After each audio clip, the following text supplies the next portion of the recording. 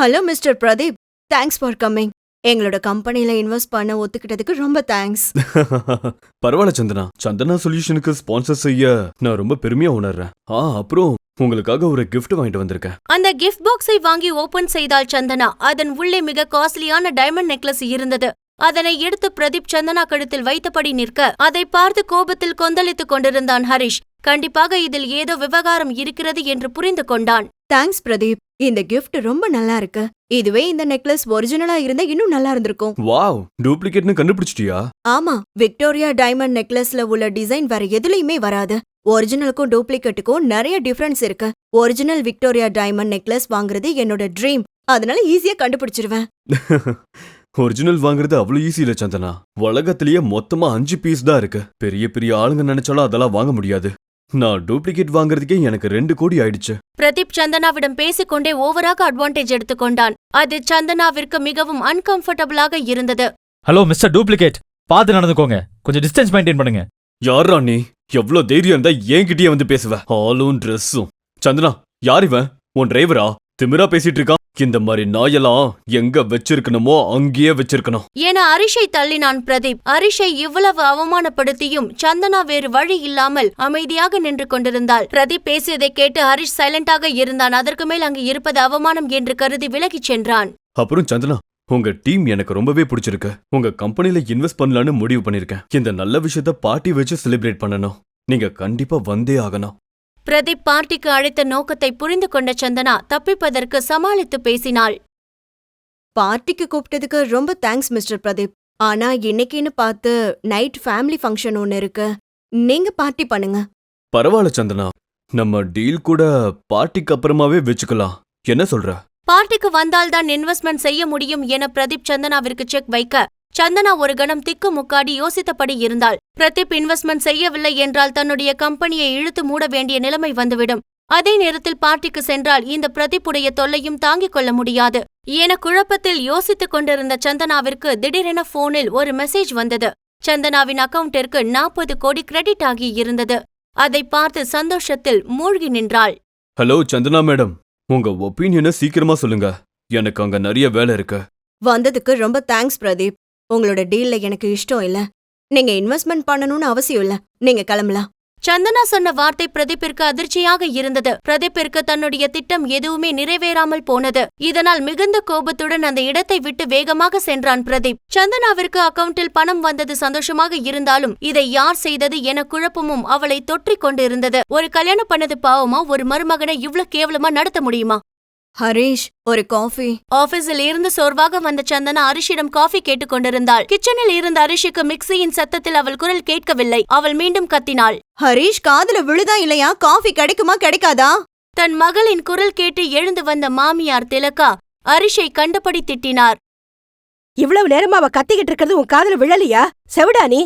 ஏதோ எங்களுக்காக கஷ்டப்பட்டு வேலை செய்யற மாதிரி பில்டப் பண்ணிக்கிட்டு இருக்க. சீக்கிரம் போய் காப்பியை குடுடா. பதறி போன ஹரிஷ்.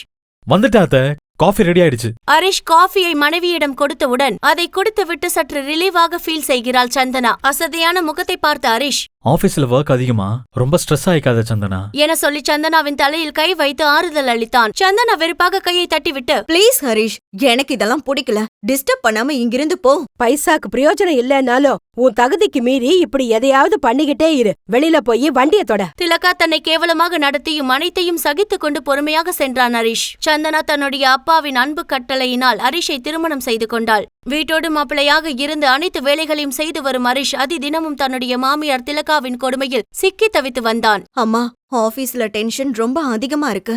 நம்மளோட கம்பெனி ப்ராடக்ட் சரியில்லைன்னு கிளைண்ட்ஸ் எல்லாரும் கம்ப்ளைண்ட் பண்றாங்க. இதை ரெக்டிஃபை பண்ணாம விட்டோம்னா நம்ம கம்பெனியை இழுத்து மூடுற நிலைமை தான் வரும். ஃபைனான்ஸ் வேற ரொம்ப டைட்டா இருக்கு. எனக்கு என்ன பண்றதுனே தெரியல. எனக்கு எல்லாம் புரியுது பேபி. எதுக்கு டென்ஷன் ஆயிட்டு இருக்க? எல்லாத்தையும் ஃப்ரீயா விடு. எல்லா வீட்லயும் ஆம்பளைங்க வேலைக்கு போய் எல்லா டென்ஷனையும் அவங்க எடுத்துப்பாங்க. ஆனா இங்க எல்லாம் ரிவர்ஸ்ல இருக்கு. எல்லாத்துக்கும் உங்க அப்பாவை சொல்லணும். ஒரு கேடுகட்ட சம்பந்தத்தை பண்ணி வச்சுட்டு போய் சேர்ந்துட்டாரு. இப்ப ஒன்னும் கெட்டு போகல பேபி. முதல்ல இவனை டைவர்ஸ் பண்ணிட்டு உன் லைஃப நீ பாரு. அம்மா, எத்தனை தடவை நான் சொல்றது, அந்த டாபிக் பத்தி பேசாதீங்கன்னு.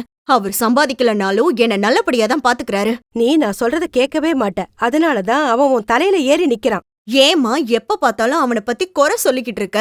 சரி, எனக்கு தலை வலிக்குது. நான் போய் படுத்து ரெஸ்ட் எடுக்கிறேன். சந்தனா தன்னுடைய அறைக்கு எழுந்து சென்றதும் ஹரிஷ் என்ன செய்து கொண்டிருக்கிறான் என்று தெரிந்து கொள்ள திலகா கிச்சனுக்குள் நுழைந்தாள். ஹரிஷ் பாத்திரம் விளக்கிக் கொண்டிருந்தான். திலகா வேண்டுமென்றே ஒரு பாத்திரத்தை எடுத்து, உன்னால ஒரு பாத்திரத்தை கூட ஒழுங்கா விளக்க முடியாதுல்ல?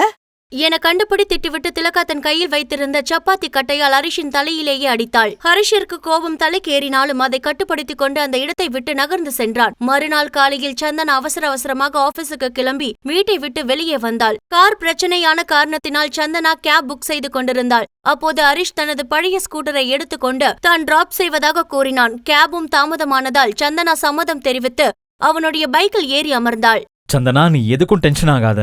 எந்த பிரச்சனையா இருந்தாலும் என்கிட்ட சொல்லு, நான் சால்வ் பண்றேன். அப்படியெல்லாம் எதுவும் இல்ல ஹரிஷ், நான் பாத்துக்கிறேன். அம்மா, உனக்கு ஒரு விஷயம் தெரியுமா? இன்னைக்கு நான் ரொம்ப சந்தோஷமா இருக்கேன். எதுக்குமா இவ்வளவு சந்தோஷம்? என்னாச்சு? உங்களுக்கு தெரியும்ல, நம்ம கம்பெனி நஷ்டத்துல போயிட்டு இருந்துச்சுன்னு. இப்ப அந்த ப்ராப்ளம் சால்வ் ஆயிடுச்சு. அப்படியா? எவ்வளவு பெரிய விஷயம் தெரியுமா இது? கடவுளுடைய தயவால எல்லா பிரச்சனையும் முடிஞ்சுது. ஆமா, ஹரிஷ் எங்க? அதை ஏமா கேக்குற? காலையிலேயே வெளியில போயிட்டான். எந்த வேலையும் செய்யல. எப்போதும் உள்ளேயேதான் இருப்பான். ஆனா இன்னைக்கு வெளியில சுத்திக்கிட்டு இருக்கான்.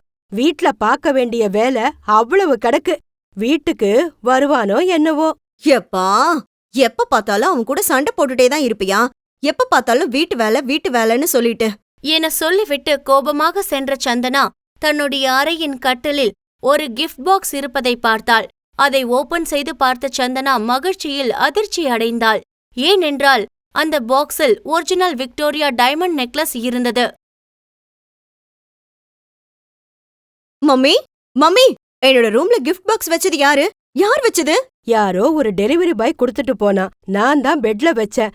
ஆமா, என்ன ஆச்சு? அதுல என்ன இருக்கு? ஒன்னில்ல மம்மி, நீங்க போங்க. சந்தனா கையில் நெக்லஸை வைத்துக்கொண்டு நைட் ஃபேமிலி பார்ட்டிக்கு இதை அணிந்து செல்லலாமா என கனவு கண்டாள். இதை கவனித்த திலகா, வாவ், இந்த நெக்லஸ் வேற லெவல்ல இருக்கு. நைட்டு ஃபேமிலி ஃபங்க்ஷனுக்கு நான் இதையே போட்டுக்கிறேன். திலகா இதை சொன்னதும் சந்தனா நக்கலாக சிரித்துக் கொண்டிருந்தாள். என்ன பேபி சிரிக்கிற? இந்த வயசான காலத்துல இப்படிப்பட்ட டைமண்ட் நெக்லஸ் தேவையான்னு நினைச்சு சிரிக்கிறியா? அப்படியெல்லாம் இல்லம்மா, நீ ஏன் ஏதாவது நினைச்சுக்காத. அப்படி கூறிவிட்டு சிரித்தாள் சந்தனா. இந்த வயசுலயும் நான் உன்னை விட அழகா இருக்கேன்னு பொறாம உனக்கு, அதனாலதான் இப்படி சிரிக்கிற என இருவரும் பேசி சிரித்துக் கொண்டனர். அதே நேரத்தில் டிவியில் மிகப்பெரிய பிரேக்கிங் நியூஸ் ஒன்று ஓடியது. சென்னை நகரத்தில் மிகப்பெரிய பிசினஸ்மேனாக இருக்கும் பிரதீப் நிறுவனத்தின் மேல் ஐடி ரைட் செய்யப்பட்டது. இல்லீகலாக செய்யப்பட்ட பிசினஸில் வந்த கோடிக்கணக்கான பணங்கள் கண்டெடுக்கப்பட்டன என மிகப்பெரிய பிரேக்கிங் நியூஸ் ஓடிக்கொண்டிருந்தது. அதை பார்த்த சந்தனா மிகுந்த அதிர்ச்சி அடைந்தாள். அவனுடன் மட்டும் பிசினஸ் வைத்திருந்தால் இந்நேரம் நாமும் சேர்ந்து கம்பி எண்ணிருக்க வேண்டியதுதான் என நினைத்து ரிலீஃப் அடைகிறாள். தொடர்ந்து தனக்கு நடந்ததை நினைத்து பார்த்த சந்தனா திடீரென யாரோ ஒரு நபருக்கு கால் செய்து, நான் சொல்றத ஜாக்கிரதையா கேளுங்க. இன்னைக்கு காலையில என்னோட அக்கவுண்ட்டுக்கு ஒரு பெரிய அமௌண்ட் கிரெடிட் ஆயிருக்கு. பேங்க்காரங்களுக்கு கூட ஃபோன் பண்ணி செக் பண்ணிட்டேன். ஆனா அவங்களுக்கு கூட அமௌண்ட் எப்படி வந்துச்சுன்னு தெரியல. அதே மாதிரி கிஃப்ட் பாக்ஸ் ஒன்னு வீட்டுக்கு வந்துச்சு. அதை யாரு அனுப்புனாங்கன்னு எனக்கு தெரிஞ்சாகணும். எவ்வளவு சீக்கிரம் முடியுமோ அவ்வளவு சீக்கிரம் கண்டுபிடிங்க. ரொம்ப அர்ஜென்ட் என்று சொல்லிவிட்டு சந்தனா போனை கட் செய்கிறாள். அப்பொழுது ஹரிஷ் வீட்டுக்குள் நுழைகிறான். அதை பார்த்த திலகா ஹரிஷை மடக்கி, இவ்வளவு நேரம் எங்க போன? வீட்ல எவ்வளவு வேலை கிடக்கு. யார் செய்யறது இதெல்லாம்? ஹரிஷை பேச விடாமல் திலகா கண்டபடி ஹரிஷை திட்டிக் கொண்டிருந்தாள். அத்த, இன்னைக்கு நடந்ததை அப்புறமா சொல்றேன். முதல்ல நான் சந்தனா கிட்ட பேசணும். சந்தனா, அது எனக்கு அர்ஜென்ட்டா 50 லட்சம் பணம் வேணும் என சந்தனாவை பார்த்து ஹரிஷ் கேட்டதும் பணமா என்று நெஞ்சடைத்து போனாள் திலகா. 50 லட்சமா? அம்மாடி, இவங்கிட்ட கொள்ளையடிச்சுதான் கொடுக்கணும். இவன் மேல எனக்கு சந்தேகமா இருக்கு. என்ன பண்றது கடவுளே, என்ன காப்பாத்துடா சாமி என ஹரிஷை திட்டி தீர்த்த திலகா மேலும் ஹரிஷின் குடும்பத்தை பற்றியும் மிகவும் தவறாக பேசினாள். உங்க அப்பா வீட்டு காசை ஏதாவது எங்ககிட்ட கொடுத்து வச்சிருக்கியா? ஒருவேளை சாப்பாட்டுக்கு கூட வக்கில்ல. இதுல லட்சமா பணம் வேணுமாமா?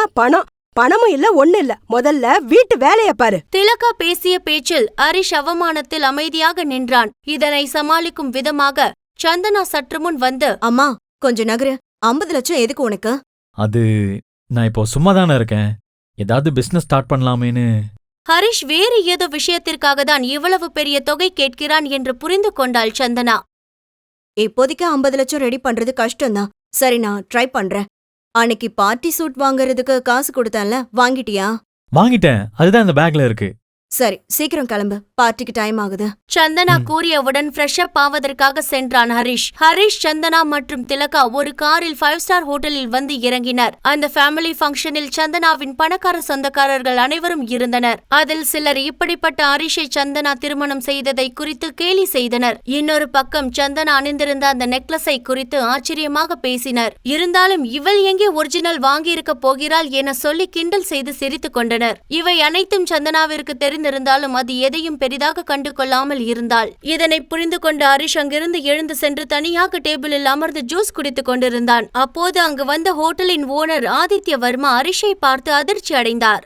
சார், நீங்க ஹரிஷ் தானே? என்று கேட்ட ஆதித்ய வர்மா, சார், என்ன அடையாளம் தெரியுதா? நான் இந்த நிலைமையில இருக்கிறதுக்கு காரணமே நீங்க தான் சார் என மரியாதை கலந்த பயத்துடன் கூற, பக்கத்தில் நின்ற சந்தனா மிகவும் அதிர்ச்சி அடைந்தாள். ஓ, நீங்களா? நல்லா இருக்கீங்களா? எனக்கு ஒரு சின்ன வேலை இருக்கு, நான் வரேன். ஹரிஷ் வேகமாக செல்வதை கவனித்த சந்தனா ஹரிஷ் எதையோ தன்னிடம் மறைப்பதாக சந்தேகப்பட்டாள். அதே நேரத்தில் சந்தனாவின் போனுக்கு ஒரு மெசேஜ் வந்தது. அதை பார்த்ததும் சந்தனாவிற்கு மூச்சை நின்றுவிடும் போல் இருந்தது. தனக்கு 40 கோடி பணம் கொடுத்ததும் நெக்லஸை கிஃப்ட் கொடுத்ததும் ஒரே ஆள்தான். இதை பார்த்து ஆடி போய் நின்றாள் சந்தனா. ஹரிஷ் ஏன் உண்மை முகத்தை சந்தனாவிடம் இருந்து மறைக்க வேண்டும்? ஹரிஷ் பெரிய பணக்காரனாக இருந்தால் ஏன் வீட்டு வேலை செய்து சிரமப்பட வேண்டும்? 5 ஸ்டார் ஹோட்டல் ஓனரை ஏன் ஹரிஷை பார்த்து பயப்பட வேண்டும்? தன் மாமியாரிடம் அவ்வளவு அவமானங்களையும் பொறுத்து கொண்டு ஏன் வாழ வேண்டும்? நீங்க ஜெயிச்சிட்டீங்க சார்.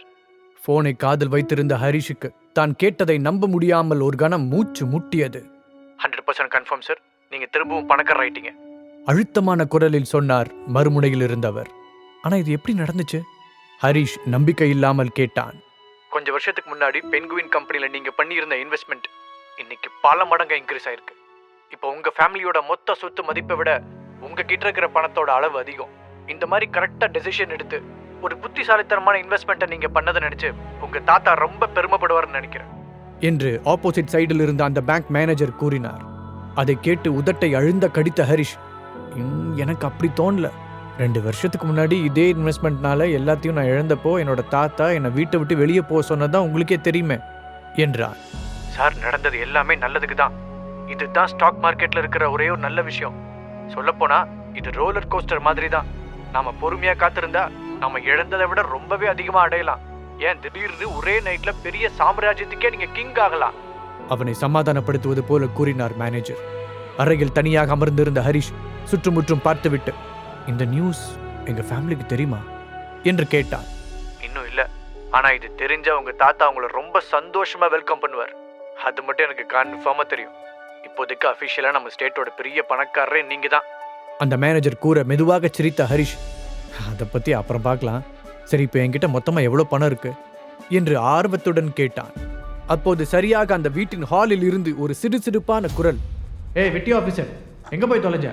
இன்னும் இங்க எத்தனை வேலை பாக்கி கிடக்கு என்று கத்துவது அவனுக்கு தெளிவாக கேட்டது. தோ வரேன். அவசரமாக பதிலளித்த அவன் செல்போனை திரும்பவும் காதில் வைத்து, இப்ப நான் உடனே போயாகணும். இந்த மாதிரி குட் நியூஸை சொன்னதுக்காக என்னை கூப்பிட்டதுக்கு ரொம்ப தேங்க்ஸ். அப்புறம் நீங்கள் இன்னும் எனக்கு ஒரே ஒரு ஹெல்ப் மட்டும் பண்ணணும் என்று கிசுகிசுப்பான குரலில் கேட்டான். Of course sir, please give me orders.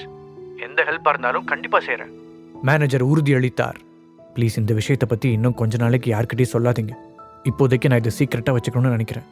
Harish சொல்ல, ஓகே சார், ஷியோர், எனக்கு புரியுது என்றார் மேனேஜர். நீண்ட நாட்களுக்கு பிறகு ஒரு கான்ஃபிடென்ட்டான சிரிப்புடன் போனை வைத்துவிட்டு எழுந்த ஹரிஷ் தனது ஹேண்ட் டவலை எடுத்து முகத்தை துடைத்துக் கொண்டு நேராக கிச்சனுக்கு சென்றான். கிச்சனில் சிங்கின் முன் நின்று கைகளை கழுவிக் கொண்டிருந்த அவனுடைய மாமியார் திலகாவின் முகம் இறுகி போய் பார்க்கவே கொடூரமாயிருந்தது. ஹரிஷ் உள்ளே வரும் சத்தத்தை கேட்டு திரும்பி பார்த்த திலகா, பரவாயில்லையே, ஒரு வழியா வந்து சேர்ந்துட்ட, என்ன இங்க கிடக்கிற பாத்திரமெல்லாம் அதுவா கழுவிக்குமா என்று கோபமாக கேட்டார். முகத்தில் கஷ்டப்பட்டு ஒரு சிரிப்பை கொண்டு வந்த ஹரிஷ், சாரி, கொஞ்ச நேரத்துக்கு முன்னாடி பாத்திரம் கழுவும் போது என் மேல தண்ணி சிந்திருச்சு, அதான் ட்ரெஸ் மாத்திட்டு வரலான்னு ரூமுக்கு போனேன். வேகமாக மாத்திட்டு வந்து மிச்ச பாத்திரத்தையும் கழுவிடலான்னு நினைச்சேன் என்று கூறினான். ஓ, அந்த எண்ணம் உனக்கு இருந்தால் சந்தோஷம்தான். 2 வருஷமா எங்கள் வீட்டில் ஒரு பே பண்ணாத கெஸ்டாக தான் வாழ்ந்துட்டு இருக்க. அட்லீஸ்ட் இதையாவது நீ செய்யலாம். அதனால் ஒன்றும் நீ குறைஞ்சு போயிட மாட்ட. அவனை ஏளனமாக பார்த்து கொண்டே கிண்டலாக கூறினார் திலகா. உதடுகளை கடித்து பொங்கி வந்த உணர்ச்சிகளை கட்டுப்படுத்திய ஹரிஷ், இங்கே தங்கி இருக்கிறதுக்கு நான் வாடகை கொடுக்குறேன். இந்த 2 வருஷத்தில் இந்த வீட்டில் எத்தனையோ ரிப்பேர் வேலைகளை வெளியிலிருந்து ஆள் கூப்பிடாம நானே செஞ்சுருக்கேன். ஆனால் இதை பற்றிலாம் இப்போ பேச முடியாது. அது தேவையில்லாமல் சந்தனாவை ஹர்ட் பண்ணுற மாதிரி ஆகிடும். ஏற்கனவே அவளுக்கும் எனக்கும் கொஞ்சம் டேர்ம் சரியில்லை. இதில் அவளோட பேரண்ட்ஸ் கிட்ட நான் பிரச்சனை பண்ண ஏற்கனவே என்னை வெறுத்துட்டு இருக்கிறவங்க எங்களோட உறவை மொத்தமாக அத்து விட்டுருவாங்க என்று நினைத்து கொண்டான். அதன் பிறகு தன் மாமியாரிடம் திரும்பி, ஆமாங்கத்த, நீங்கள் எனக்கும் சந்தனாவுக்கும் நிறையவே செய்றீங்க. அதுக்கு பதிலுக்கு என்னால் செய்ய முடிஞ்சது இந்த மாதிரி வீட்டு வேலையில் ஹெல்ப் பண்ணுறது தான். இதோ இப்போவே நான் அதை செஞ்சு முடிச்சிடுறேன். உங்களுக்கு வேறு ஏதாவது ஹெல்ப் தேவைப்பட்டதுனாலும் என்கிட்ட சொல்லுங்கள், நான் செய்கிறேன் என்று முடிந்தவரை பணிவாக கூறினார்.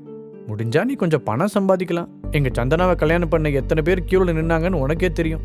ஆனால் என்ன காரணமோ தெரியல, அவள் ஒன்றை சூஸ் பண்ணிட்டா என்று திலகா சொல்ல, கொஞ்ச நேரத்துக்கு முன்பாக தான் பேசிய ஃபோன் காலை பற்றி நினைத்தான் ஹரிஷ். கண்டிப்பாத்த, அவன் மேலே நான் வச்சிருக்கிற அன்பை நிரூபிக்கிறதுக்காகவே நான் ஒரு வேலைக்கு போக போகிறேன். நீங்கள் வேணா பாருங்க, சந்தனாவுக்கு நான் தகுதியானவன் தான் கூடிய சீக்கிரம் உங்கள் எல்லாருக்குமே ப்ரூவ் பண்ணுவேன். இதை நான் ஒரு ப்ராமிஸாகவே செய்கிறேன் என்று கான்ஃபிடென்ட்டாக கூறினான். நீ சொன்னதில் எனக்கு முழுசாக நம்பிக்கை இல்லை. உன்னை டிவோர்ஸ் பண்ண சொல்லி எங்கள் பொண்ணுக்கிட்ட கம்பல் பண்ணாமல் இருக்கிறதுக்கு ஒரே ரீசன், அவள் ஒரு தடவை முட்டாள்தனமாக முடிவெடுத்தது போதும்னு நினச்சிதான்.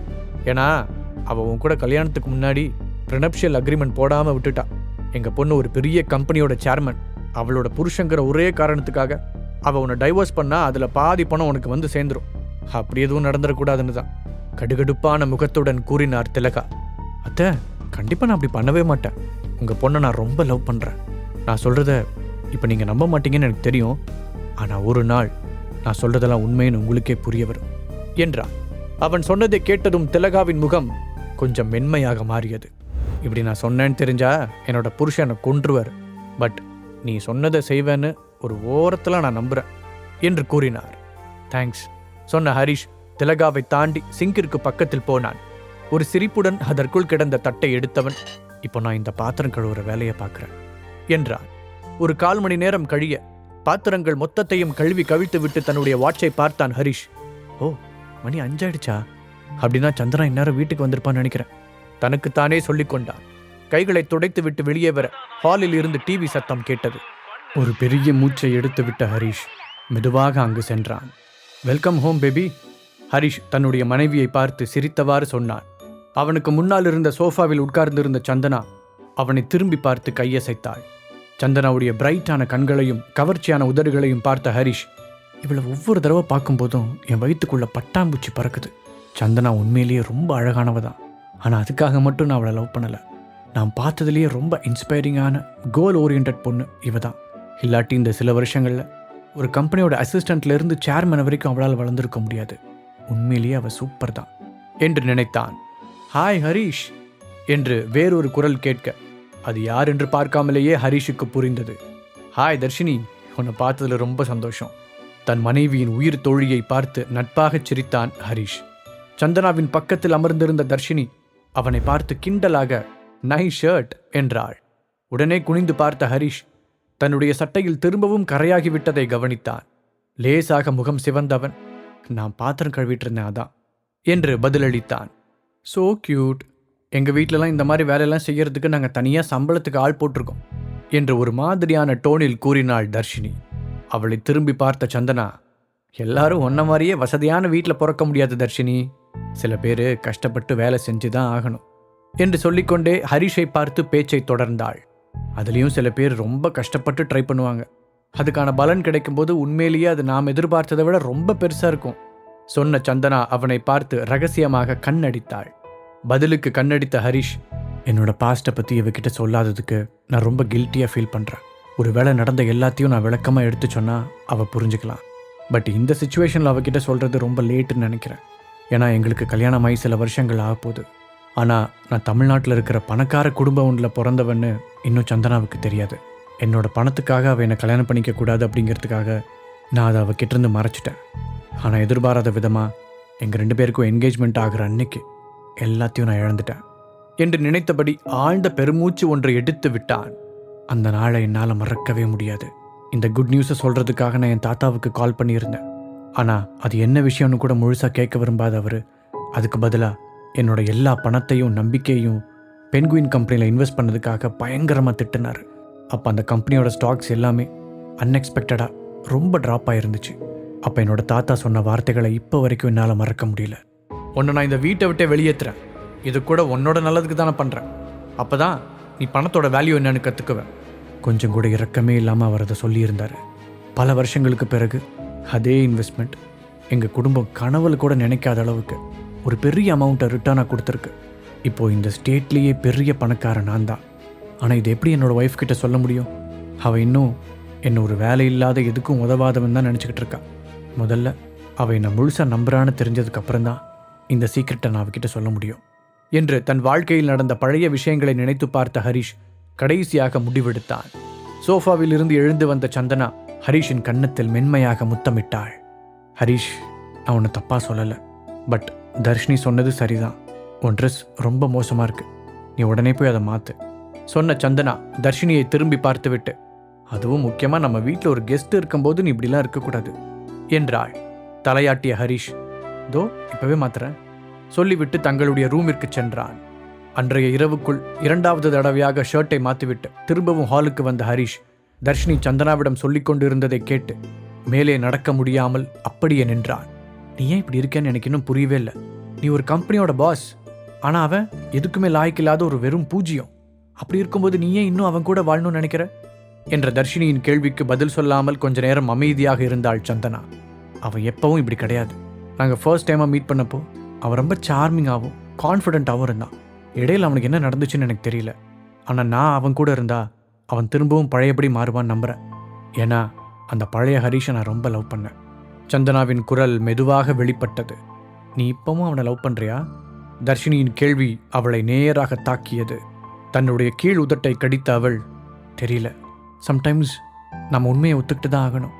எங்களுக்குள்ளே இருக்கிற ரிலேஷன்ஷிப்பில் இப்போ ஒரு கேர்டேக்கர் மாதிரி ஃபீல் பண்ணுறேன். இந்த கொஞ்ச நாளில் அவன் சுத்தமாக மோசமாயிட்டான். எங்களுக்கு இடையில இருந்த ரொமான்ஸ் சுத்தமாக போயிடுச்சு. இதை பற்றி நான் அவன்கிட்ட டைரெக்டாக பேசினா எங்கள் உறவில் முன்னை விட அதிகமாக விரிசல் விழுந்துருமோன்னு பயமாக இருக்குது. நான் அவனை லவ் பண்ணுறேன், ஆனால் இதுக்கு மேலேயும் நான் அவனை இதே மாதிரி லவ் பண்ணுவேனான்னு தெரியல. சந்தனா சொல்லி முடிக்க தர்ஷினி தலையசைத்தாள். சந்தனா, நீ ரொம்ப அழகானவ, நல்லவ, எல்லாத்தையும் விட ஒரு சூப்பரான பிஸ்னஸ் விமன். உனக்கு கண்டிப்பாக இதை விட பெஸ்ட்டாக ஒருத்தன் கிடைப்பான். நீ ஏன் டிவோர்ஸ் பண்ணுறதை பற்றி யோசிக்கக்கூடாது? ஒருத்தர் மேலே இருக்கிற பரிதாபத்தால் நம்ம அவங்க கூட சேர்ந்து வாழணும்னு அவசியம் இல்லை. தர்ஷினி அட்வைஸ் செய்தாள். நான் அவன் மேலே பரிதாபப்படலை, அவன் பழைய மாதிரி மாறணும்னு ஆசைப்படுறேன். உண்மையை சொல்லணுன்னா இப்போ நான் இதை பற்றி பேச விரும்பலை. நான் என்னோட முழு நாளையும் சின்சியராக ஒர்க் பண்ணுறதுக்காக ஆஃபீஸில் செலவு பண்ணுறேன். அட்லீஸ்ட் வீட்லேயாவது அதெல்லாம் கொஞ்சம் தள்ளி வச்சுட்டு நிம்மதியாக இருக்கணும்னு நினைக்கிறேன்.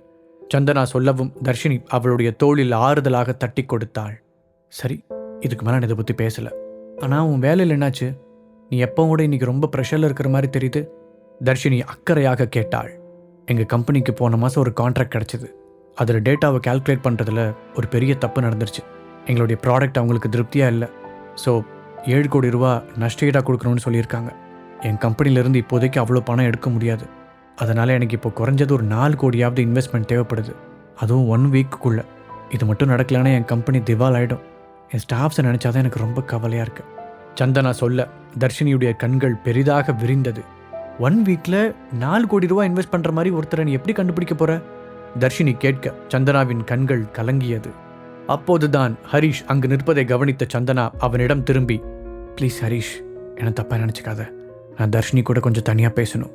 நீ கொஞ்சம் இங்கிருந்து போக முடியுமா என்று கன்னத்தில் வழிந்த கண்ணீரை துடைத்து கொண்டே கேட்டாள். தன்னுடைய மனைவியின் கஷ்டத்தை பார்த்து மனதிற்குள் துடித்த ஹரிஷ், சரிம்மா, நான் நம்ம ரூமுக்கு போகிறேன், நீங்கள் பேசுங்க என்று சொல்லிவிட்டு அங்கிருந்து சென்றான். அவர்களின் ரூமுக்கு வந்த ஹரிஷ், நான் கண்டிப்பாக அவளுக்கு ஹெல்ப் பண்ணணும்.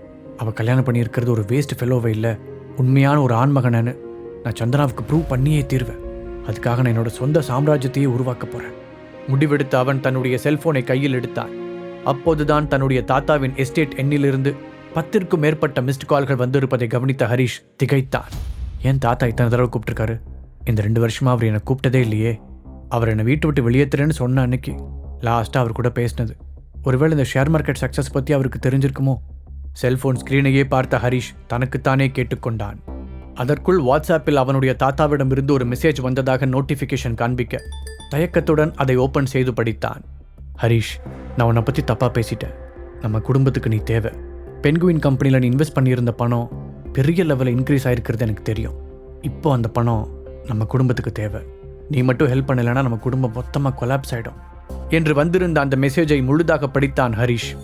2 வருஷத்துக்கு முன்னாடி இதே கம்பெனியில் இன்வெஸ்ட் பண்ண அதே காரணத்துக்காக ஃபேமிலியிலிருந்து என்னை வெளியே துரத்தி விட்டாங்க. அதுவும் கல்யாணத்துக்கு சில நாட்கள் தான் இருந்த அந்த சிச்சுவேஷனில் அவங்க என்னை சுத்தமாக கழட்டி விட்டுட்டாங்க. ஆனால் இப்போது அதே இன்வெஸ்ட்மெண்ட் பணத்தை வச்சு ஃபேமிலிக்கு ஹெல்ப் பண்ண சொல்லி தாத்தா கேட்குறாரு. இதை நினச்சி பார்த்தா எனக்கு ரொம்ப காமெடியாக இருக்குது, பெயின்ஃபுல்லாகவும் இருக்குது. ஹரிஷ் யோசித்து கொண்டு இருக்கும்போதே திரும்பவும் ஒரு மெசேஜ் வந்து விழுந்தது. ஹரிஷ், நாங்கள் எல்லாத்தையும் இழந்துட்டோம். சில தப்பான இன்வெஸ்ட்மெண்ட்னால நாங்கள் இப்போ திவாலாகிற நிலைமையில் இருக்கோம். உனக்கு கிடைச்சிருக்கிற பணத்தை வச்சு எங்களை காப்பாற்று. இந்த ஹெல்ப்பை மட்டும் நீ செஞ்சேனா பதிலுக்கு என்னால் முடிஞ்சதை கண்டிப்பாக செய்கிறேன்னு ப்ராமிஸ் பண்ணுறேன். அது மட்டும் இல்லாமல் இது மூலமாக நீ திரும்பவும் நம்ம ஃபேமிலியில் ஒரு மெம்பர் ஆகிடுவேன். திரும்பவும் பழைய ஹரிஷா வாழ்கிறதுக்கு உனக்கு ஆசை இல்லையா? அந்த கடைசி வரிகளை படித்ததும் கொஞ்ச நேரத்துக்கு முன்னால் அவர் திரும்பவும் பழைய ஹரிஷா மாறணும்னு ஆசைப்படுறேன். நான் நாளைக்கு உங்களை வந்து மீட் பண்ணுறேன். அப்புறம் தாத்தா, நாம் இதை பற்றி நிறைய பேச வேண்டியிருக்கு என்று பதில் மெசேஜ் அனுப்பினான். என்னோட தாத்தா ஃபேமிலியிலிருந்து என்னை விரட்டி அடித்தப்போ என்னோட கையில் எதுவுமே இல்லை. எல்லாத்தையுமே இழந்த வேதனையை சமாளிக்கிறதுக்கு நான் எந்த உணர்வுமே இல்லாமல் மறத்து போக வேண்டியிருந்துச்சு. இதில் சோகம் என்னென்னா, அது சந்தனாவோட நடந்த என்னோட கல்யாண வாழ்க்கையையும் என்னோட கரியரையும் சேர்த்து பாதிச்சது. ஆனால் இப்போது பென்குயினில் நான் பண்ண இன்வெஸ்ட்மெண்ட் பல மடங்காக இன்க்ரீஸ் ஆயிருக்குன்னு தெரிஞ்ச உடனேயே எல்லாம் தலைகீழாக மாறப்போகுது. நான் திரும்பவும் பழைய மாதிரி ஆக போகிறேன். அதுக்கு முன்னாடி உண்மையிலேயே நான் எவ்வளோ பெரிய பணக்காரங்கிறத தெரிஞ்சுக்கணும்ல. யோசித்த ஹரிஷ் தன்னுடைய பர்ஸை எடுத்து ஒரு பிளாக் கார்டை தேடி எடுத்தான். அவன் கடைசியாக அந்த கார்டை தொட்டு 2 வருடங்களுக்கு மேல் ஆகியிருந்தது. ஹரிஷிடம் இந்த கார்டு இருக்கும் விஷயம் அவனோட ஒய்ஃப் சந்தனாவுக்கு கூட தெரியாது. ஒரு வழியாக கண்டுபிடிச்சிட்டேன் சொன்ன ஹரிஷ் அந்த கார்டை திருப்பி அதன் பின்புறத்தில் இருந்த VIP எண்ணை டயல் செய்தான். Hello mister Harish, black card private VIP customer சேவைக்கு உங்களை வெல்கம் பண்ணுறோம். உங்களுக்கு என்ன உதவி தேவைப்படுதுன்னு தெரிஞ்சுக்கலாமா? ஒரு ஸ்வீட்டான குரல் அவனுக்கு பதில் அளித்தது. ஹலோ, என்னோட அக்கௌண்ட்டில் எவ்வளோ பேலன்ஸ் இருக்குன்னு தெரிஞ்சுக்க விரும்புகிறேன். கேட்ட ஹரிஷின் குரலில் ஒரு எக்ஸைட்மெண்ட் தெரிந்தது. Of course, 1 minute please. பதில் சொன்ன கஸ்டமர் சர்வீஸ் குரல் அதன் பிறகு சிறிது நேரம் அமைதியாக இருந்தது. ஹலோ மிஸ்டர் ஹரிஷ், நீங்கள் இன்னும் லைனில் இருக்கீங்களா? திடீரென்று அந்த பக்கம் குரல் ஒலிக்க, நான் லைனில் தான் இருக்கேன், நீங்கள் கொஞ்சம் என்னோட பேலன்ஸை செக் பண்ணி சொல்ல முடியுமா என்று மறுபடியும் கேட்டான் ஹரிஷ். மிஸ்டர் ஹரிஷ், என்னை மன்னிச்சிருங்க.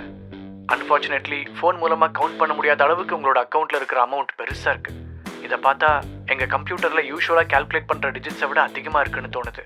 கம்ப்யூட்டரில் கவுண்ட் பண்ண முடியாத அளவுக்கு நம்பர்ஸ் காட்டுது. ஸோ உங்களோட கரெக்டான பேலன்ஸ் என்னன்னு தெரிஞ்சுக்க நீங்கள் நேரில் வந்து எங்கள் VIP ஆஃபீஸில் இருக்கிற ஒருத்தரை சந்திக்கணும். இது உங்களுக்கு ஓகேவா இருக்குமா? அந்த கஸ்டமர் கேர் பெண் சொன்னதை கேட்ட ஹரிஷுக்கு ஒரு நிமிடம் என்ன ரியாக்ட் செய்வதென்றே தெரியவில்லை. அவனுக்கு புறைக்கேறி இருமியபடி, எக்ஸ்கியூஸ் மீ, என்னோட பேலன்ஸில் உங்கள் கம்ப்யூட்டர் ஹேண்டில் பண்ணுறதை விட அதிகமான டிஜிட்ஸ் இருக்குன்னு சொல்கிறீங்க? அவன் நம்ப முடியாமல் கேட்டான். எஸ், ஆனால் இப்படி கூட நடக்கும்னு எனக்கு இப்போ தான் தெரியும். நான் இங்கே கிட்டத்தட்ட 10 வருஷத்துக்கு மேலே ஒர்க் பண்ணுறேன். ஃபர்ஸ்ட் டைம் இப்படி நடந்து பார்க்குறேன்.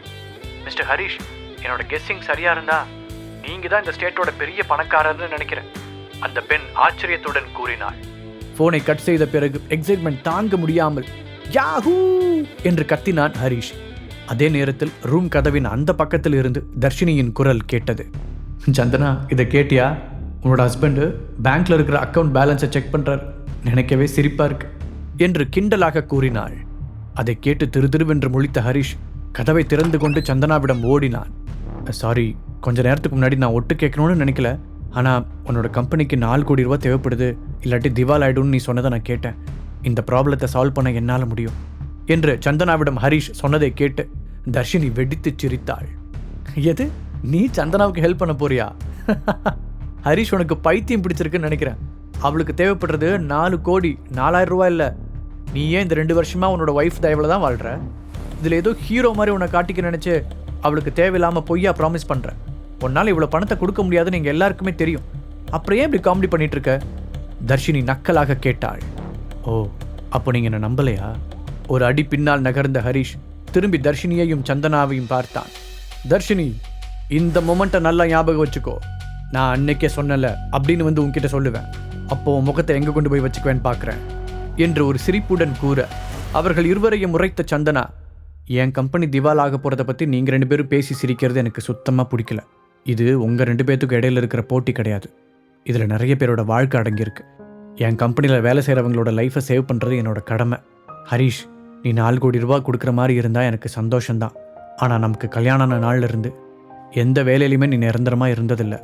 ஸோ உன்னால் அவ்வளோ பணத்தை கொடுக்க முடியாதுன்னு நம்ம 2 பேருக்குமே நல்லாவே தெரியும். அப்புறம் தர்ஷினி, உன்னை எனக்கு ரொம்ப பிடிக்கும். பட் இப்போ உன்னாலையும் எனக்கு உதவ முடியாது. இப்போ நான் தூங்க போகணும். நாளைக்கு எனக்கு ரொம்ப டஃப்பான நாளாக இருக்க போகுது. ஸோ நான் இப்போ ரெஸ்ட் எடுக்கணும்னு நினைக்கிறேன். பொங்கி வந்த கண்ணீரை கஷ்டப்பட்டு கண்ட்ரோல் செய்து கொண்ட சந்தனா அவர்களுக்கு குட் நைட் சொல்லக்கூட மனமில்லாமல் ரூமிற்கு சென்றாள். சந்தனா சொன்னதும் சரி என்று பதில் சொன்ன ஹரிஷ் அங்கிருந்து அமைதியாக சென்றான். அன்றைய இரவு நிச்சயம் சந்தனாவுக்கு தனிமை தேவைப்படுகிறது என நினைத்த அவன் ரூமிற்குள் போகாமல் ஹாலிலேயே சோஃபாவில் படுத்துக்கொண்டான். அங்கு படுத்திருக்கும் போது அந்த கஸ்டமர் கேர் பெண்ணுடன் நடந்த பேச்சுவார்த்தையை பற்றி அவனால் நினைக்காமல் இருக்க முடியவில்லை. நான் உண்மையிலேயே தமிழ்நாட்டோட பெரிய பணக்காரனா? இது மட்டும் நிஜமா இருந்தா நான் சந்தனாவை மீட் பண்ணப்போ இருந்த அதே நிலைமைக்கு திரும்ப போயிருக்கேன்னு அர்த்தம். இந்த கொஞ்ச வருஷமா அவ என்னை கவனிச்சுக்கிட்டா. இப்போ நான் அவளை கவனிச்சிக்க வேண்டிய நேரம் வந்துருச்சு. இப்போ இருந்து எங்களோட லைஃப் மொத்தமாக சேஞ்ச் ஆக போகுது. அவளுக்காக நான் ஒரு சாம்ராஜ்யத்தை உருவாக்க போறேன். யோசித்துக்கொண்டே உறங்கி போனான் ஹரிஷ். அடுத்த நாள் காலையில் அவனுடைய மாமியார் திலகாவின் அர்ச்சனையை கேட்டுக்கொண்டேதான் அவன் எழுந்தான். உன்னோட வேலையை கூட ஒழுங்கா முடிக்காம நைட் ஃபுல்லாக வீடியோ கேம் விளையாடிட்டு இருந்தியா? அதான் இங்கேயே படுத்து தூங்கியிருக்க. அப்படி என்னத்தை தான் என் பொண்ணு உங்ககிட்ட பார்த்தானே தெரியல. எதுக்குமே லாய்க்கு இல்லாமல் என்ன ஜென்மமோ. திலகா அவர் பாட்டுக்கு பேசிக்கொண்டே போனார். வேகமாக படுக்கையில் இருந்து வாரி சுருட்டி கொண்டு எழுந்த ஹரிஷ், ஐயோ அப்படிலாம் இல்லைங்க அத்தை, நான் ஏன் இங்கே தூங்கினேன்னா சந்தனாவுக்கு... அவன் சொல்ல வந்ததை கை நீட்டி தடுத்த திலகா, சந்தனாவை பற்றி தான் நானும் சொல்ல வந்தேன். அவள் இப்போ வேலைக்கு போகணும் என்றார். சரி, நான் போய் அவள் என்ன பண்ணுறான்னு பார்க்குறேன். ஹரிஷ் சொல்ல, ரொம்ப நல்லது. அப்புறம் இன்னைக்கு அவளோட கார் எனக்கு தேவைப்படுது. அதனால் நீ அவளை கொண்டு போய் ஆஃபீஸில் ட்ராப் பண்ணிவிடு என்று கட்டளையிட்டார். ஓகே, பட் என்கிட்ட கார் இல்லையே, நான் பழைய பைக் தானே வச்சுருக்கேன். ஹரிஷ் தயக்கத்துடன் இழுத்தான். அதான் அது இருக்குல்ல, அப்புறம் என்ன, இன்னும் எதுக்காக வெயிட் பண்ணிட்டு இருக்க? போய் உன்னோட ஒய்ஃபை கூட்டிகிட்டு போ என்று திலகா கூறினாள். நான் இதோ இப்போவே போகிறேன். வேகமாக சென்றவன் தங்களுடைய ரூம் கதவை தட்டினான். சந்தனா, எந்திரிச்சிட்டியா? ஹரிஷ் கேட்டதும், ஆமாம், நான் லேட்டாக தான் எந்திரிச்சேன். எனக்கு இப்போ பேசுறதுக்கு நேரம் இல்லை, நான் சீக்கிரமாக ஆஃபீஸ் போகணும். உள்ளிருந்து சந்தனாவின் குரல் டென்ஷனுடன் வெளிப்பட்டது. அதை பற்றி தான் நானும் சொல்ல வந்தேன். உங்கள் அம்மாவுக்கே உன்னோட கார் தேவைப்படுதான், அதனால் நான் உன்னை ஆஃபீஸில் ட்ராப் பண்ணிடுறேன் என்றான். சந்தனா கதவை திறக்கவும் அவளை பார்த்த ஹரிஷ் அப்படியே வாயை பிளந்தான். ப்ரொஃபஷனல் லுக்கில் அழகான பின் ஸ்ட்ரைப் சூட்டில் அப்படியே ஏஞ்சல் மாதிரி இருந்தவளிடமிருந்து அவனால் கண்களை எடுக்க முடியவில்லை. நீ ரொம்ப அழகா இருக்க, ஹரிஷ் வாய்விட்டு கூறினான்.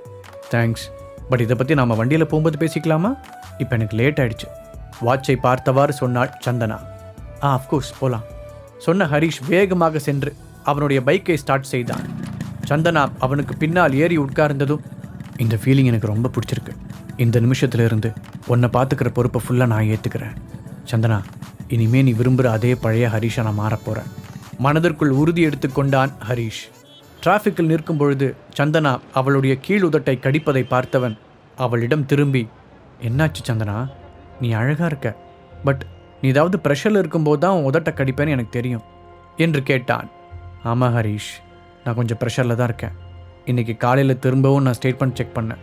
நான் பயந்த மாதிரியே தான் நடக்க போகுது. எப்படியும் இந்த 1 வீக்குள்ளே நான் எதிர்பார்க்குற மாதிரி இன்வெஸ்டர் கிடைக்க போகிறதில்ல. அநேகமாக இந்த வார கடைசியில் நாங்கள் திவால் ஆக போகிறத அஃபிஷியலாக அனௌன்ஸ் பண்ண போகிறோம். இன்றைக்கி ஆஃபீஸில் முக்கியமான ஷேர் ஹோல்டர்ஸ் மீட்டிங் நடக்க போகுது. எங்கள் கம்பெனியோட சேர்மனாக நடந்த எல்லா தப்புக்கும் நான் தான் பொறுப்பேற்றுக்கணும். அதோட எங்கள் ஸ்டாஃப்ஸோட நிலைமையை நினச்சி எனக்கு ரொம்ப கஷ்டமாக இருக்குது. இது எல்லாமே என்னோட தப்பு தான். சந்தனாவின் குரலில் சோகம் தெரிந்தது. நடந்த பிரச்சனையில் உன்னோட தப்பு எதுவும் இல்லை சந்தனா, ஹரிஷ் ஆறுதலாக சொன்னான். ஆமாம், பட் ஒரு கம்பெனியோட சேர்மனாக அங்கே நடக்கிற எல்லாத்துக்கும் பொறுப்பேற்றுக்க வேண்டிய கடமை எனக்கு இருக்குல்ல கூறிய சந்தனா கிரீன் லைட் எரிவதை பார்த்து, ஹரி நீ கொஞ்சம் ஃபாஸ்ட்டாக போறியா, எனக்கு ஆஃபீஸ்க்கு லேட் ஆச்சு என்றாள். தலையாட்டிய ஹரிஷ் வேகத்தை அதிகப்படுத்த சீக்கிரமாகவே அவர்கள் சந்தனாவின் அலுவலகத்தை வந்தடைந்தனர். ஹரிஷின் இடுப்பில் இருந்து கையை எடுத்தபடி இறங்கிய சந்தனா, நீ இவ்வளோ ஃபாஸ்ட்டாக என்னை கொண்டு வந்து ஆஃபீஸில் விடுவேன்னு எதிர்பார்க்கவே இல்லை. இப்படின்னு தெரிஞ்சிருந்தா உன்னை முன்னாடி இருந்தே என் ஆஃபீஸ் கொண்டு வந்து ட்ராப் பண்ணுன்னு சொல்லியிருப்பேன் என்று சிரித்துக்கொண்டே கூறினாள். ஹரிஷ் ஏதோ பதில் சொல்ல வர அங்கு வந்த ஒரு காருடைய சத்தம் அவனுடைய பேச்சை நிறுத்தியது. ஹரிஷும் சந்தனாவும் திரும்பி பார்க்க அவர்களுடைய லெஃப்ட் சைடில் ஹரிஷுடைய பழைய பைக்கிற்கு அருகில் ஒரு புத்தம் புதிய BMW கார் வந்து நின்றது. அதன் கதவு திறக்கப்பட்டதும் கோட் சூட் அணிந்த ஒரு உயரமான மனிதன் இறங்கினான். ஹாய் அசோக். காரிலிருந்து இறங்கியவனை பார்த்து ஃப்ரெண்ட்லியாக புன்னகைத்தாள் சந்தனா. ஹரிஷ் இருப்பதையே கண்டுகொள்ளாத அசோக் வேகமாக சந்தனாவிடம் போய் அவளுடைய கையை குலுக்கி அவளை கட்டிப்பிடித்து, குட் மார்னிங் சந்தனா, உன்னை பார்த்ததில் ரொம்ப சந்தோஷம் என்றான். அதன் பிறகு மெதுவாக ஹரிஷ் பக்கம் திரும்பி பார்த்து முகத்தை சுளித்த அசோக், ஏன் சந்தனா, உனக்கு ஒரு நல்ல கேபே கிடைக்கலையா? சொல்லியிருந்தா நான் கூட வந்து உன்னை பிக்கப் பண்ணியிருப்பேனே. போய் இந்த மாதிரி ஒரு மோசமான பைக்கில் வந்திருக்க. என்று கேட்டான். அதை கேட்ட ஹரிஷ் சிரிப்பது போல் நடித்துக்கொண்டே, நான் ஒன்றும் கேப் டிரைவர் இல்லை, அவளோட ஹஸ்பண்ட் என்று கூறினான். அசோக்கின் அதிர்ச்சியான முகத்தை பார்த்த ஹரிஷ் தன் கையை நீட்டி, I am Harish, nice to meet you என்றான். அவனுடைய கையை பிடித்து வேண்டா வெறுப்பாக கைக்குலுக்கிய அசோக், ஓ நீதான் அந்த ஃபேமஸ் ஹரிஷா? நான் உன்னை பற்றி நிறைய கேள்விப்பட்டிருக்கேன். உனக்கு தர்ஷினியை தெரியும்னு நினைக்கிறேன். சந்தனாவோட பெஸ்ட் ஃப்ரெண்ட். அவள் உன்னை பற்றி நிறைய சொல்லியிருக்கா. அவள் சொன்னதெல்லாம் கரெக்டு தான். நான் எப்படி எக்ஸ்பெக்ட் பண்ணியிருந்தேனோ அதே மாதிரி தான் இருக்க என்று நக்கலாக கூறினான். சங்கடத்துடன் தலையசைத்த சந்தனா, அசோக் நீ கொஞ்சம் அளவுக்கு மீறி போகிற மாதிரி தெரியுது என்றாள். நான் சும்மா ஹரிஷ் கூட விளையாண்டேன் சந்தனா, அவர் ஒன்றும் அதை சீரியஸாக எடுத்துக்க மாட்டார் இல்லை ஹரிஷ் என்று ஹரிஷை பார்த்து கேட்டான். தலையாட்டிய ஹரிஷ், ஆமாம் எனக்கும் ஜோக்கர்ஸை பிடிக்கும் என்றான். அவன் சொன்னவுடன் அசோக்கின் முகம் லேசாக மாறியது. சீக்கிரமாகவே தன்னை சமாளித்து கொண்டவன் சந்தனாவை பார்த்து, சந்தனா எல்லாத்த பற்றியும் நான் கேள்விப்பட்டேன். உன்னை நினச்சா எனக்கு ரொம்ப கஷ்டமாக இருக்கு. அதனால் உனக்காக நான் ஒன்று வாங்கிட்டு வந்திருக்கேன் என்று சொல்லிவிட்டு அவனுடைய கார் கதவை திறந்தான். அதிலிருந்து ஒரு கிஃப்ட் பாக்ஸை எடுத்து வந்த அவன் ஒரு வித்தியாசமான சிரிப்புடன் அதை சந்தனாவிடம் கொடுத்தான். ஓப்பன் பண்ணிப்பாரு, உனக்கு ரொம்ப பிடிக்கும்னு நினைக்கிறேன் அசோக் கூற, மறுக்க முடியாமல் அதை வாங்கி பிரித்தாள் சந்தனா. ஓ மை காட், நான் பார்த்ததுலேயே ரொம்ப அழகான நெக்லஸ் இதுதான். அசோக் நீ தேவையில்லாமல் அதிகமாக செலவு பண்ணியிருக்க. இது ரொம்ப காஸ்ட்லியான கிஃப்ட் சந்தனா ஆச்சரியத்துடன் கூறினாள். உனக்கு இது பிடிக்கும்னு எனக்கு நல்லா தெரியும் அசோக் பெருமையாக கூறினான். இதையெல்லாம் பார்த்து கொண்டிருந்த ஹரிஷின் முகம் இறுகியது. நான் சந்தனாவோட கம்பெனியை காப்பாற்ற ஹெல்ப் பண்ண போகிறேன். அதுக்கு முன்னாடி இந்த அசோக்கை கொஞ்சம் கவனிக்கணும். இவனோட மொழியே சரியில்லை. முதல்ல இவனை சந்தனா கிட்ட இருந்து தள்ளி வைக்கணும் என்று முடிவெடுத்தான். ஒரு அழகான பொண்ணுக்கிட்ட தான் இந்த அழகான நெக்லஸும் வந்து சேர்ந்திருக்கு இல்லை ஹரிஷ்? அசோக் சிரித்துக்கொண்டே கேட்டான். அசோக் சந்தனாவுக்கு வாங்கி கொடுத்த நெக்லஸை பார்த்து உதட்டை பிதுக்கினான் ஹரிஷ். நெக்லஸ் முழுக்க நிறைய சின்ன சின்ன கிறிஸ்டல் கற்கள் ஜொலிக்க, நடுவில் இருந்த டாலரில் 3 கேரட் எடை இருக்கும் அளவிற்கு ஒரு பெரிய டைமண்ட் கல் இருந்தது. அதிலிருந்து ஹரிஷால் கண்ணை எடுக்கவே முடியவில்லை. Dream lover நெக்லஸா? ஹரிஷின் வாய் தானாகவே முணுமுணுத்தது. என்ன சொன்ன? அசோக் ஹரிஷை பார்த்து கேட்டான். அதுக்கு வாய்ப்பே இல்லை. இது ஒரிஜினல் ட்ரீம் லவர் நெக்லஸாக இருக்க கண்டிப்பாக சான்ஸே இல்லை. ட்ரீம் லவர் நெக்லஸ் ஃப்ரான்ஸை சேர்ந்த ஒரு ஃபேமஸான ஜுவல்லரி டிசைனரால் செய்யப்பட்டது. அதில் 180 ஹை குவாலிட்டி கிறிஸ்டல் கற்கள், அப்புறம் 3 கேரட்டில் ஒரு பெரிய டைமண்ட் கல் இருக்கும். அந்த நெக்லஸ் உலகத்திலேயே மொத்தம் 10 பீஸ் தான் இருக்குது. அப்புறம் எப்படி இது அதுவாக இருக்கும்? ஹரிஷ் கேள்வி எழுப்பினார். ஆமாம், இது ஒரிஜினல் இல்லை. அதை மாடலாக வச்சு செஞ்ச ஒரு காப்பி கேட் நெக்லஸ். சந்தனா, உனக்கு அந்த ட்ரீம் லவர் நெக்லஸ் எவ்வளோ பிடிக்கும்னு எனக்கு தெரியும். அதே சமயம் அதோட ஒரிஜினல் ஒன்றை வாங்குறது முடியாத காரியங்கிறதுனால ஒரு ஜுவல்லரி ஷாப்பில் சொல்லி 5 lakh rupees செலவு பண்ணி இந்த நெக்லஸை உனக்காக ரெடி பண்ணேன். நீ இன்னும் கொஞ்ச நாள் டைம் கொடுத்தனா, ஒரு நாள் இல்லாட்டி ஒரு நாள் நிச்சயமாக அந்த ஒரிஜினல் ட்ரீம் லவர் நெக்லஸை உனக்காக வாங்கி தருவேன் என்று சபதம் எடுப்பது போல கூறினான் அசோக். அந்த கிஃப்ட் பாக்ஸை மூடி வைத்த சந்தனா, பரவாயில்ல அசோக், உன்னால் ஒரிஜினல் நெக்லஸை வாங்க முடியாதுன்னு எனக்கு தெரியும். என்ன இருந்தாலும் உலகத்தில் 10 பேர்கிட்ட மட்டும்தான் அந்த ட்ரீம் லவர் நெக்லஸ் இருக்கும். 2 வருஷத்துக்கு முன்னாடி ஒரு ஏலத்தில் தன்னோட காதலிக்காக ஒருத்தர் அந்த நெக்லஸை 30 கோடிக்கு ஏலம் எடுத்ததாக கேள்விப்பட்டேன். அதனால் ஒரிஜினல் நெக்லஸை வாங்க முடியலன்னு நீ கவலைப்பட வேண்டாம். அது மட்டும் இல்லாமல் உண்மையிலேயே இது நல்லா இருக்கு, எனக்கு பிடிச்சிருக்கு, ரொம்ப தேங்க்ஸ் என்றாள். சந்தனா சொன்னதை கேட்டதும் அசோக்கின் ஹார்ட் அப்படியே ஸ்தம்பித்தது. என்னது 30 கோடியா? என்னோட மொத்த சொத்து மதிப்பே 35 கோடிக்குள்ளே தானே இருக்கும். கன்ஃபார்மாக என்னால் அதை இவளுக்கு வாங்கித்தரவே முடியாது மனதிற்குள் நினைத்த அசோக், அந்த ட்ரீம் லவர் நெக்லஸ் உண்மையிலேயே ரொம்ப காஸ்ட்லி போல என்று கூறிவிட்டு கஷ்டப்பட்டு சிரித்து வைத்தான். அதற்குள் சந்தனாவிடம் வந்த ஹரிஷ், சந்தனா அந்த நெக்லஸை கொடு, நான் கொண்டு போய் அதை வீட்டில் வைக்கிறேன். உன்னோட ஹஸ்பண்டாக என்னால் செய்ய முடிஞ்ச ஹெல்ப் அதுதான் என்று கேட்க சந்தனாவும் சந்தோஷமாக, ரொம்ப தேங்க்ஸ் ஹரிஷ் என்று சந்தனா நெக்லஸை நீட்ட, ஹரிஷ் அந்த நெக்லஸை வாங்க கை நீட்டினான். ஆனால் அது அவனுடைய கையிலிருந்து நழுவி கீழே விழுந்தது. அதை பார்த்து ஷாக்கான மாதிரி ஹரிஷ் நடிக்க, அசோக்கின் முகம் கோபத்தில் சிவந்தது. ஹரிஷ், வேறும்னே தானே நீ அதை கீழே போட்ட. அது சந்தனாவுக்காக நான் கஷ்டப்பட்டு வாங்கினது, ஏன் இப்படி பண்ண என்று அசோக் கத்தினான். அதே நேரத்தில் அவர்களை சுற்றி சந்தனாவுடைய ஆஃபீஸ் ஸ்டாஃப்ஸ் நிறைய பேர் நிற்பதை ஹரிஷ் கவனித்தான். அப்போது ஒரு பெண் இன்னொரு பெண்ணிடம், சந்தனா மேடம் ஏன் இப்படி ஒருத்தனை கல்யாணம் பண்ணாங்கன்னு தெரியல, கண்டிப்பாக அவங்களோட ரேஞ்சுக்கு இவனை விட பெட்டராக ஒருத்தர் அவங்களுக்கு கிடைச்சிருப்பாங்க என்று கிசுகிசுப்பான குரலில் கூறினாள். அது சந்தனாவிற்கும் கேட்டது. இது கண்டிப்பாக ஒரு ஆக்சிடென்ட் தான்னு நம்புகிறேன். ஹரி, நீ ஒன்றும் இதை வேணும்னு செய்யலையே சந்தனா ஹரிஷிடம் கேட்டாள். பதிலுக்கு ஹரிஷும் கோபத்துடன், இப்படி நடந்ததுக்காக கண்டிப்பாக நான் சாரி கேட்க மாட்டேன். சந்தனா, நீ ஒரிஜினல் நெக்லஸுக்கே தகுதியானவ. அந்த அசோக் கொடுக்குற டூப்ளிகேட் நெக்லஸ் எல்லாம் உனக்கு வேண்டாம் என்றான்.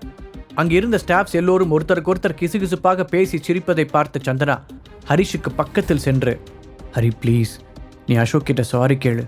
இது என்னோட ஆஃபீஸ் பில்டிங். அதோட இன்னைக்கு நான் நிறைய விஷயங்களை சந்திக்க வேண்டியிருக்கு. அதனால் இது ஆக்சிடெண்ட்டாகவே இருந்தாலும் அசோக் கிட்ட ஃபார்மாலிட்டிக்கு ஒரு சாரி கேட்டுரு. என்னோட ஒர்க் பிளேஸில் இந்த மாதிரி ட்ராமாலாம் நடக்கிறத நான் விரும்பலை, அதுவும் முக்கியமாக இந்த டஃப் டைமில் என்று கூறினாள். அவளிடம் மெதுவாக தலையாட்டிய ஹரிஷ் அசோக்கிடம் திரும்பி, என்னோட ஒய்ஃபுக்காக நீங்கள் வாங்கி கொடுத்த அந்த நெக்லஸை நான் கீழே போட்டதுக்கு சாரி என்று ஒரு போலியான மரியாதையுடன் கூறினார். ரொம்ப தேங்க்ஸ் ஹரிஷிடம் சொன்னாள் சந்தனா. பின்பு ஹரிஷ் அசோக் இருவரையும் பொதுவாக பார்த்து, இப்போ எனக்கு லேட் ஆகுது, ஸோ நான் போகணும். 2 பேருக்கும் ரொம்ப தேங்க்ஸ், நான் அப்புறமா அவங்க கூட பேசுகிறேன் என்று கூறிவிட்டு அங்கிருந்து வேகமாக சென்றாள். அவள் லிஃப்டில் ஏறும் வரை பொறுமையாக பார்த்து கொண்டிருந்த ஹரிஷ் அதன் பிறகு கீழே குனிந்து அந்த நெக்லஸை எடுத்து அசோக்கின் மேலே எறிந்தான். அதிர்ச்சியான அசோக் சுதாரித்து அதை பிடிக்கும் முன் அந்த நெக்லஸ் மீண்டும் கீழே விழுந்தது. அதிலிருந்த போலியான டைமண்ட் கல் தனியாக பிரிந்து தரையில் உருண்டு ஓடியது. பின்னால் கத்திக்கொண்டிருந்த அசோக்கை கண்டுகொள்ளாமல் ஹரிஷ் தன்னுடைய பைக்கை எடுக்கச் சென்றான். டேய் நில்லு, நான் கத்துறது உனக்கு கேட்குதுன்னு எனக்கு நல்லா தெரியும், இப்போ நிற்க போறியா இல்லையா? பின்னால் ஓடி வந்து ஹரிஷை பிடித்து நிறுத்தினான் அசோக். இந்த நெக்லஸ் நீ நினைக்கிறத விட அதிகமான வேல்யூ இருக்கிற ஒன்று, அதை போய் நீ உடைச்சிட்ட. பாவம் சந்தனா, அவளுக்கு நல்லதா ஏதாவது கிடைச்சா அதையும் நீ விட மாட்டல்ல? அசோக் கடுப்பாக கேட்டான். அவனை திரும்பி கண்களில் தீயுடன் முறைத்த ஹரிஷ், உனக்கு 3 விஷயம் சொல்லிக்கிறேன். பாயிண்ட் 1, சந்தனா என்னோட ஒய்ஃப், நீ அவகிட்ட இருந்து தள்ளி இருக்கிறதா உனக்கு நல்லது என்று கூறிவிட்டு அவனுடைய பைக்கை எடுத்தான். பைக்கை ஸ்டார்ட் செய்வதற்கு முன்பு அசோக்கை பார்த்த ஹரிஷ், பாயிண்ட் 2, என்னோட ஒய்ஃபுக்கு கிஃப்ட் வாங்கி கொடுக்கறது என்னோட வேலை. அதனால் இன்னைக்கு நைட் நான் உண்மையான ட்ரீம் லவர் நெக்லஸை என்னோட ஒய்ஃபுக்கு வாங்கி தரப்போகிறேன். என்னோட ஒய்ஃப் கண்டிப்பாக ஒரிஜினலுக்கு தகுதியானவ, அது அவளோட புருஷன் நான் தான் வாங்கி தருவேன், நீ வாங்கி தரணும்னு அவசியம் இல்லை. அழுத்தம் திருத்தமாக சொன்னவன், பாயிண்ட் 3, நீ கொஞ்சம் நகரு, வெளியே போகிற வழியை அடைச்சிட்டு நிற்கிற என்று அலட்சியமாக கூறினான். நல்ல கனவுக்காங்கிற, உன்னால் உருப்படியாக ஒரு கார் கூட வாங்க முடியல, நீ அவளுக்காக 30 கோடி ரூபா நெக்லஸை வாங்கி தர போறியா? நீயே ஒரு பெரிய லூசர். பைக்கில் செல்லும் ஹரிஷின் முதுகை பார்த்து கத்திய அசோக் குனிந்து ஒரு கல்லை எடுத்தான். அதை வேகமாக ஹரிஷின் பைக்கை குறிவைத்து எறிய அது பைக்கின் பின்புறத்தை தாக்கியது. எப்படியோ பைக்கின் லைட்டை உடைத்து விட்டதை நினைத்து திருப்தியாக சிரித்துக் கொண்டான் அசோக். இதனால் கூடிய விரைவில் அவனுடைய வாழ்க்கையில் எரியும் வெளிச்சம் நொறுங்கப் போவதை அப்போது அவன் அறியவில்லை. சந்தனாவின் ஆபீஸில் வேலை செய்யும் சிலர் ஹரிஷ் உடைந்து போன பைக்கை ஓட்டிச் செல்வதை போட்டோ எடுத்து வைத்தனர். அந்த ஆபீஸ் பில்டிங்கின் டாப் ஃப்ளோரில் அமைந்திருந்த தன்னுடைய கேபினிற்கு சென்ற சந்தனா டேபிளுக்கு பின்னால் இருந்த ரோலிங் சேரில் அமர்ந்தாள். அவள் ஜன்னலுக்கு வெளியே விரித்து பார்த்தபோது அவளுடைய கண்கள் கோபத்தால் சிவந்திருந்தது. இன்னைக்கு எனக்கு முக்கியமான நாள்னு ஹரிஷுக்கு தெரியும், இருந்தாலும் அசோக் கூட சண்டை போட்டுட்டு இருக்கான். அசோக் எப்பவுமே கொஞ்சம் ஓவராக தான் போவான்னு எனக்கு தெரியும், அவனோட கேரக்டரே அப்படிதான். அதுவும் இல்லாமல் ஒரு இன்வெஸ்டர் கூட்டிட்டு வரேன்னு அசோக் ப்ராமிஸ் பண்ணியிருந்தான். இப்போதைக்கு அவனோட ஹெல்ப்பை என்னால் மறுக்க முடியாது. கம்பெனியை காப்பாற்ற கண்டிப்பாக அவனோட உதவி தேவை. இப்போ ஹரிஷ் வேற அசோக்கை ஹர்ட் பண்ணிட்டதால அசோக் அவன் சொன்ன அந்த இன்வெஸ்டரை கூட்டிட்டு வருவானானே தெரியல. அப்படி சப்போஸ் அவன் கூட்டிட்டு வரலனா அந்த 4 கோடி ரூபாய்க்கு நான் என்னதான் பண்ண போறேன்? கவலையுடன் யோசித்தாள் சந்தனா. அப்பொழுது அவளுடைய போன் ரிங் அடிக்க ஸ்கிரீனில் ஹரிஷுடைய பெயர் தெரிந்தது. எடுத்து ஆன் செய்தவள் கீழுதட்டை கடித்துக்கொண்டே, இப்போ உங்கூட பேச எனக்கு விருப்பம் இல்லை ஹரிஷ் என்று கூறினாள். சந்தனா, கொஞ்ச நேரத்துக்கு முன்னாடி நடந்ததுக்கு சாரி. நீ எவ்வளோ ஸ்ட்ரெஸ்டாக இருக்கேன்னு எனக்கு தெரியும். நான் தேவையில்லாமல் அந்த அசோக்கை பார்த்து அப்படி டென்ஷனாக இருக்கக்கூடாதான். சொல்லப்போனால் அவன்லாம் எனக்கு ஒரு ஆளே இல்லை என்றான் ஹரிஷ். ஆனால் அவன் தான் என்னோட கம்பெனியை காப்பாற்றுறதுக்கு இருக்கிற கடைசி வாய்ப்பு. சண்முக ராஜேஸ்வரங்கிற ஒரு பெரிய பணக்காரரை நம்ம கம்பெனியில் இன்வெஸ்ட் பண்ண கூட்டிகிட்டு வரதா அசோக் சொன்னான். அவங்கள பற்றி நீ கேள்விப்பட்டிருக்கியான்னு கூட எனக்கு தெரியல. அவங்க நம்ம ஸ்டேட்லேயே பெரிய பணக்கார பிஸ்னஸ் ஃபேமிலியில் ஒரு ஃபேமிலி. அவங்க நினைச்சா கண்டிப்பாக இந்த கம்பெனியை காப்பாற்ற முடியும் என்றாள். அதை கேட்டு ஹரிஷ் தனக்குள் சிரித்து கொண்டான். இவ்வளோ நாள் என் கூட இருந்தும் என் பேருக்கு பின்னாடி என்ன பேர் இருக்குன்னு நீ கவனிக்கல. அப்படியே கவனிச்சிருந்தாலும் 2ஐயும் ஒன்றா கனெக்ட் பண்ணி பார்த்துருக்க மாட்டேன். ஏதோ கோயின்சிடென்ட்னு நினச்சிருப்ப. ஆனால் சந்தனா, நீ ஒரு விஷயத்தை கரெக்டாக சொன்ன. என்னதான் ராஜேஸ்வர் குடும்பம் திவாலாக போகிறதா இருந்தாலும் அந்த குடும்பத்தில் ஒருத்தன் தான் இன்றைக்கி இந்த ஸ்டேட்டோட நம்பர் 1 பணக்காரன். அவன் தான் இன்றைக்கி அவளோட கம்பெனியை காப்பாற்ற போகிறான்.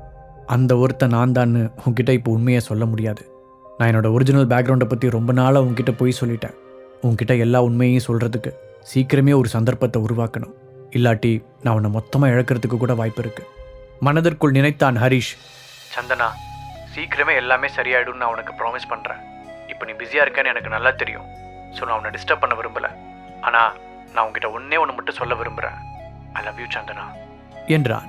சந்தனாவின் கண்களில் அவளையும் அறியாமல் கண்ணீர் வழிய, எனக்கு தெரியும் என்று பதிலளித்தாள். ஃபோனை கட் செய்த ஹரிஷ், சந்தனாவை திரும்பவும் பழைய மாதிரியே என்னை லவ் பண்ண வைக்க போகிறேன். இது கண்டிப்பாக அவளோட தப்பு இல்லை, என்னோட தப்பு தான். எல்லாத்தையும் இழந்துட்டோங்கிற கவலையில் நான் என்னையே மறந்துட்டேன். ஆனால் நான் இதுக்கு மேலே அப்படி இருக்க போகிறதில்ல. சந்தனாவுக்கு தகுதியானவனா என்னை நானே உருவாக்கிக்க போகிறேன். முடிவு செய்தவன் ஆழ்ந்த மூச்சை எடுத்துவிட்டு அவனுடைய ஃபோனில் 2 ஆண்டுகளுக்கு முன்பாக அவனை வீட்டை விட்டு துரத்தியவரின் எண்ணை அழுத்தினான். நீ கால் பண்ணுவேன்னு எனக்கு நல்லாவே தெரியும். ஒரு வயதானவரின் கம்பீரமான குரல் அந்த பக்கம் கேட்டது. ஹாய் தாத்தா, சும்மா ஃபார்மாலிட்டிக்கு எதையாவது பேசி டைமை வேஸ்ட் பண்ண வேண்டாம். ராஜேஸ்வரன் ஃபேமிலியோட பிரச்சனையை தீர்க்க என்கிட்ட இருக்கிற பணத்தை வச்சு ஹெல்ப் பண்ண முடியும்னு சொல்கிறதுக்காக தான் நான் கூப்பிட்டேன். ஆனால் அதுக்கு முன்னாடி என்கிட்ட 2 கண்டிஷன்ஸ் இருக்குது. ஃபர்ஸ்ட், இன்றைக்கி நைட் 6 மணிக்கு முன்னாடி நீங்கள் எனக்கு ஒரு ட்ரீம் லவர் நெக்லஸை வாங்கி தரணும். 2வது கண்டிஷன், நான் சொல்கிற அசோக்னு ஒருத்தனோட பிஸ்னஸை உரு தெரியாமல் அழிக்கணும். இனி இங்கே எல்லாமே தலைகீழாக மாறப்போகுது. இப்போ தான் என்னோட ஆட்டத்தை ஆரம்பிச்சிருக்கேன், இனிதான் இருக்கு வேடிக்கையே என்று தனக்குள் நினைத்து கொண்டான். அப்போது சந்தனாவிடமிருந்து அவனுக்கு ஒரு மெசேஜ் வந்தது. அதில், கொஞ்ச நேரத்துக்கு முன்னாடி நான் உங்ககிட்ட அப்படி பேசினதுக்காக சாரி. சீக்கிரமே நமக்குள்ளே எல்லாமே பழைய மாதிரி ஆகணும்னு ஆசைப்பட்றேன். அதுக்கு முன்னாடி இன்றைக்கி நைட் எங்கள் ஃபேமிலியோட கெட் டுகெதர் இருக்கிறத உனக்கு ஞாபகப்படுத்தலான்னு தான் மெசேஜ் பண்ணேன். அந்த பார்ட்டிக்கு போட்டுட்டு வர ஏதாவது நல்லதாக ஒரு ட்ரெஸ் எடுத்துக்க முடியுமா? என்னோடய ஃபேமிலி பற்றி உனக்கே நல்லா தெரியும். ஏற்கனவே என் வேலையை பற்றி வேற அவங்கக்கிட்ட இருந்து நிறைய ப்ரெஷர். அவங்கக்கிட்ட நீ ஒரு நல்ல இம்ப்ரெஷன் ஏற்படுத்தினேன்னா அது எனக்கு ரொம்ப ஹெல்ப்ஃபுல்லாக இருக்கும் என்று இருந்தது. அதை பார்த்து சிரித்த ஹரிஷ், கண்டிப்பாக உனக்காக நான் என்ன வேணால் செய்வேன். நீ வேணா பாரு, ப்ராமிஸாக இன்னைக்கு நீயும் உன் ஃபேமிலியும் பெருமைப்படுற மாதிரி தான் நான் நடந்துக்க போகிறேன். லவ் யூ என்று பதில் மெசேஜ் டைப் செய்து அனுப்பினான். அவ்வளவு நேரம் தன்னுடைய பைக்கிலேயே உட்கார்ந்திருந்த ஹரிஷ் ஹெல்மெட்டை கழட்டிவிட்டு தனக்கு முன்னால் இருந்த பில்டிங்கை பார்த்தான். இந்த ஊரிலேயே மிகவும் ரிச்சான ஏரியாவில் அந்த காஸ்ட்லியான பில்டிங் இருந்தது. அதை பில்டிங் என்று சொல்வதை விட பேலஸ் என்று கூறுவது பொருத்தமாக இருக்கும். சில நிமிடங்களுக்கு பிறகு ஹரிஷ் அந்த பேலஸின் உள்ளே தன் தாத்தா பயன்படுத்தும் அறையில் அமர்ந்திருந்தான். ஹரிஷ் அவனுக்கு ஆப்போசிட் சைடில் நின்றிருந்த ஹரிஷின் சித்தப்பா ஆனந்த், உன் தாத்தாவால் இங்கே வர முடியல, அதனால் அவருக்கு பதிலாக என்ன அனுப்பி வச்சிருக்காரு என்று அவனிடம் சொல்லிக் கொண்டிருந்தார். அப்படியே முன்னால் வந்து அவர் ஹரிஷை அணைக்க அவன் அசையாமல் அப்படியே உட்கார்ந்திருந்தான். உன்னை பார்த்ததில் ரொம்ப சந்தோஷம் ஹரிஷ். இந்த கொஞ்ச வருஷத்தில் நீ ஆளே மாறி போன மாதிரி இருக்க. இந்த ஃப்ரீடமான லைஃப்பை நீ நல்லா என்ஜாய் பண்ணியிருப்ப போல என்று ஆனந்த் கூற அவரை ஒரு ஷார்ப்பான பார்வை பார்த்த ஹரிஷ், ஓ, என்னை வீட்டை விட்டு துரத்தி அனுப்புனது இப்போ ஃப்ரீடமான லைஃப் ஆயிடுச்சா என்று கிண்டலாக கேட்டான். ஹரிஷ், நான் அந்த அர்த்தத்தில் சொல்லலை. அப்புறம் அன்னைக்கு அப்படி நடக்கும்னு நானும் எதிர்பார்க்கல. அது அவர் தொடர்ந்து ஏதோ சொல்ல போக குறுக்கிட்ட ஹரிஷ், சித்தப்பா, நான் பாஸ்ட்டை பற்றி ஆர்கியூ பண்ணுறதுக்காக இங்கே வரல. ஸோ டேரெக்டாக பாயிண்ட்டுக்கு வருவோமா? ராஜேஸ்வரன் குடும்பத்துக்கு எவ்வளோ பணம் தேவை என்றான். அவர்களின் ஃபேமிலி பிஸ்னஸை பொறுப்பெடுத்து நடத்தும் ஆனந்த், அது ஒன்றும் ரொம்ப பெரிய அமௌண்ட் இல்லை என்று இழுத்தார். அதை கேட்டு புருவங்களை உயர்த்தி ஆச்சரியமாக பார்த்த ஹரிஷ், பெரிய அமௌண்ட் இல்லைனா நீங்கள் என்ன தேடி வரணும்னு அவசியம் இல்லையே. சரி, உங்களோட டிக்ஷனரியில் அந்த சின்ன அமௌண்ட் எவ்வளோனாவது சொல்லுங்கள் என்று கேட்டான். 8,000 கோடி தயக்கத்துடன் ஆனந்த் கூறினார். ஓ, 8,000 கோடி இப்போ பெரிய அமௌண்ட் இல்லையா? அதை விட கம்மியான அமௌண்ட்டை இன்வெஸ்ட் பண்ணதுக்காக தானே என்னை வீட்டை விட துரத்துனீங்க, அது ஞாபகம் இருக்கா? சிரித்துக்கொண்டே நக்கலாக கேட்டான் ஹரிஷ். ஆமாம், நாங்கள் தான் தப்பு பண்ணிட்டோம். நாங்கள் மோசம்னு நினச்ச இன்வெஸ்ட்மெண்ட்டு தான் இன்றைக்கி எங்களை காப்பாற்றும்னு நாங்கள் எதிர்பார்க்கவே இல்லை. சரி, நீ என்ன சொல்கிற? 8,000 கோடி எங்களுக்கு கொடுத்து ஹெல்ப் பண்ண முடியுமா என்றவரை நிமிர்ந்து பார்த்தவன் இருக்கையிலிருந்து எழுந்தான். சித்தப்பா, எனக்கு கொஞ்சம் முக்கியமான வேலை ஒன்று இருக்குது, இப்போ தான் ஞாபகம் வந்துச்சு, நான் கிளம்புறேன் என்றான். அவனை கை நீட்டி தடுத்த ஆனந்த், அந்த அமௌண்ட்டை மட்டும் நீ இப்போ தரலனா ராஜேஸ்வரன் குடும்பமே அழிஞ்சு போயிடும் ஹரிஷ். ப்ளீஸ், நான் உன்னை கெஞ்சி கேட்டுக்கிறேன். உன்னால் மட்டும்தான் நம்மளோட சாம்ராஜ்யத்தை காப்பாற்ற முடியும். நீ போட்ட கண்டிஷன்ஸை முடிக்க சொல்லி நான் ஏற்கனவே என் ஆளுங்கிட்ட சொல்லிட்டேன். ஸோ இப்போ நீ இதிலிருந்து பின்வாங்க முடியாது. இதுக்காக நீ என்ன கேட்டாலும் நாங்கள் செய்ய தயாராக இருக்கோம் என்று அவசரமாக கூறினார். சிறிது நேரம் அவரை அமைதியாக பார்த்த ஹரிஷ், எனக்கும் இந்த குடும்பத்துக்கு ஹெல்ப் பண்ணக்கூடாதுன்னெலாம் எதுவும் இல்லை சித்தப்பா. ஃப்ராங்காக சொல்லணும்னா 8,000 crore ரொம்ப பெரிய அமௌண்ட். இப்போ என்கிட்ட அவ்வளோ அமௌண்ட் இருக்கிறதா எனக்கு தோணலை. அப்புறம் எப்படி அதை நான் உங்களுக்கு கொடுக்க முடியும் என்று கேட்டான். ஹரிஷ், நீ இவ்வளோ மோசமாக எங்களை பழி வாங்கணும்னு நினைக்கிற? உன்னோட ஸ்டாக்ஸோட வேல்யூவை நீ இன்னும் செக் பண்ணி பார்க்கலையா? நடிக்காத ஹரிஷ். பென்குயின் கம்பெனியில் நீ இன்வெஸ்ட் பண்ணி வாங்கின 20% ஸ்டாக்ஸோட வேல்யூ இன்றைக்கி 9,300 crores. இப்போ நம்ம பேசிகிட்டு இருக்கிற இந்த நிமிஷத்தில் கூட வேல்யூ அதிகமாகிட்டே போகுது. இந்த விஷயம் மற்றவங்களுக்கு வேணால் தெரியாமல் இருக்கலாம், எனக்கும் உங்கள் தாத்தாவுக்கும் நல்லாவே தெரியும் என்று கோபமாக பேசிய ஆனந்த் சிறிது இடைவெளி விட்டு தனது குரலை மென்மையாக்கி கொண்டார். ஹரிஷ், நீ கொஞ்சம் மனசாட்சியோட யோசிச்சுப்பார். ராஜேஸ்வரன் குடும்பத்தில் நீயும் ஒரு ஆளுங்கிறத மறந்துடாத. நம்ம ஃபேமிலியை பாதுகாக்க வேண்டிய கடமை உனக்கும் இருக்கு. அவனை கன்வின்ஸ் செய்வதற்காக ஏதேதோ சொன்னார். ஆனந்த் சொன்ன தொகையை கேட்டதும் ஹரிஷ் தன்னுடைய ஹார்ட் பீட் வெளியே கேட்பதை உணர்ந்தான். என்கிட்ட 9,000 crores இருக்கா? இன்னைக்கு காலையில் வரைக்கும் என்கிட்ட மொத்தமாக 5,000 ரூபா கூட இல்லை. ஆனால் இப்போது நான் 9,000 கோடி ரூபாய்க்கு அதிபதி. இதை வச்சு என்னால் எவ்வளோ பெரிய சாம்ராஜ்யத்தை வேணாலும் உருவாக்க முடியும் நினைத்த ஹரிஷ் அவனுடைய சித்தப்பாவை நேராக பார்த்தான். சித்தப்பா, 2 வருஷத்துக்கு முன்னாடி தாத்தா என்னை குடும்பத்திலேருந்து வெளியே போன்னு சொன்னப்போ யாருக்குமே நான் இந்த குடும்பத்தை ஆளுங்கிறது ஞாபகத்துக்கு வரலையே. அப்போ நான் மட்டும் ஏன் அதை பற்றி யோசிக்கணும் என்ற ஹரிஷின் கேள்விக்கு ஆனந்தால் பதிலளிக்க முடியவில்லை. எனக்கு இப்போ ஒரு ஒய்ஃப் இருக்கா, அது உங்களுக்கு தெரியுமா? நீங்களா என்னை வீட்டை விட்டு துரத்த முடிவு பண்ண அதே நாளில் தான் எனக்கு நிச்சயமாச்சு. நான் இப்போ வேற ஒரு குடும்பத்தோட மருமகன். அப்படி இருக்கும்போது ஏன் என்னோட விசுவாசத்தை அவங்கள விட்டுட்டு உங்ககிட்ட காட்டணும்?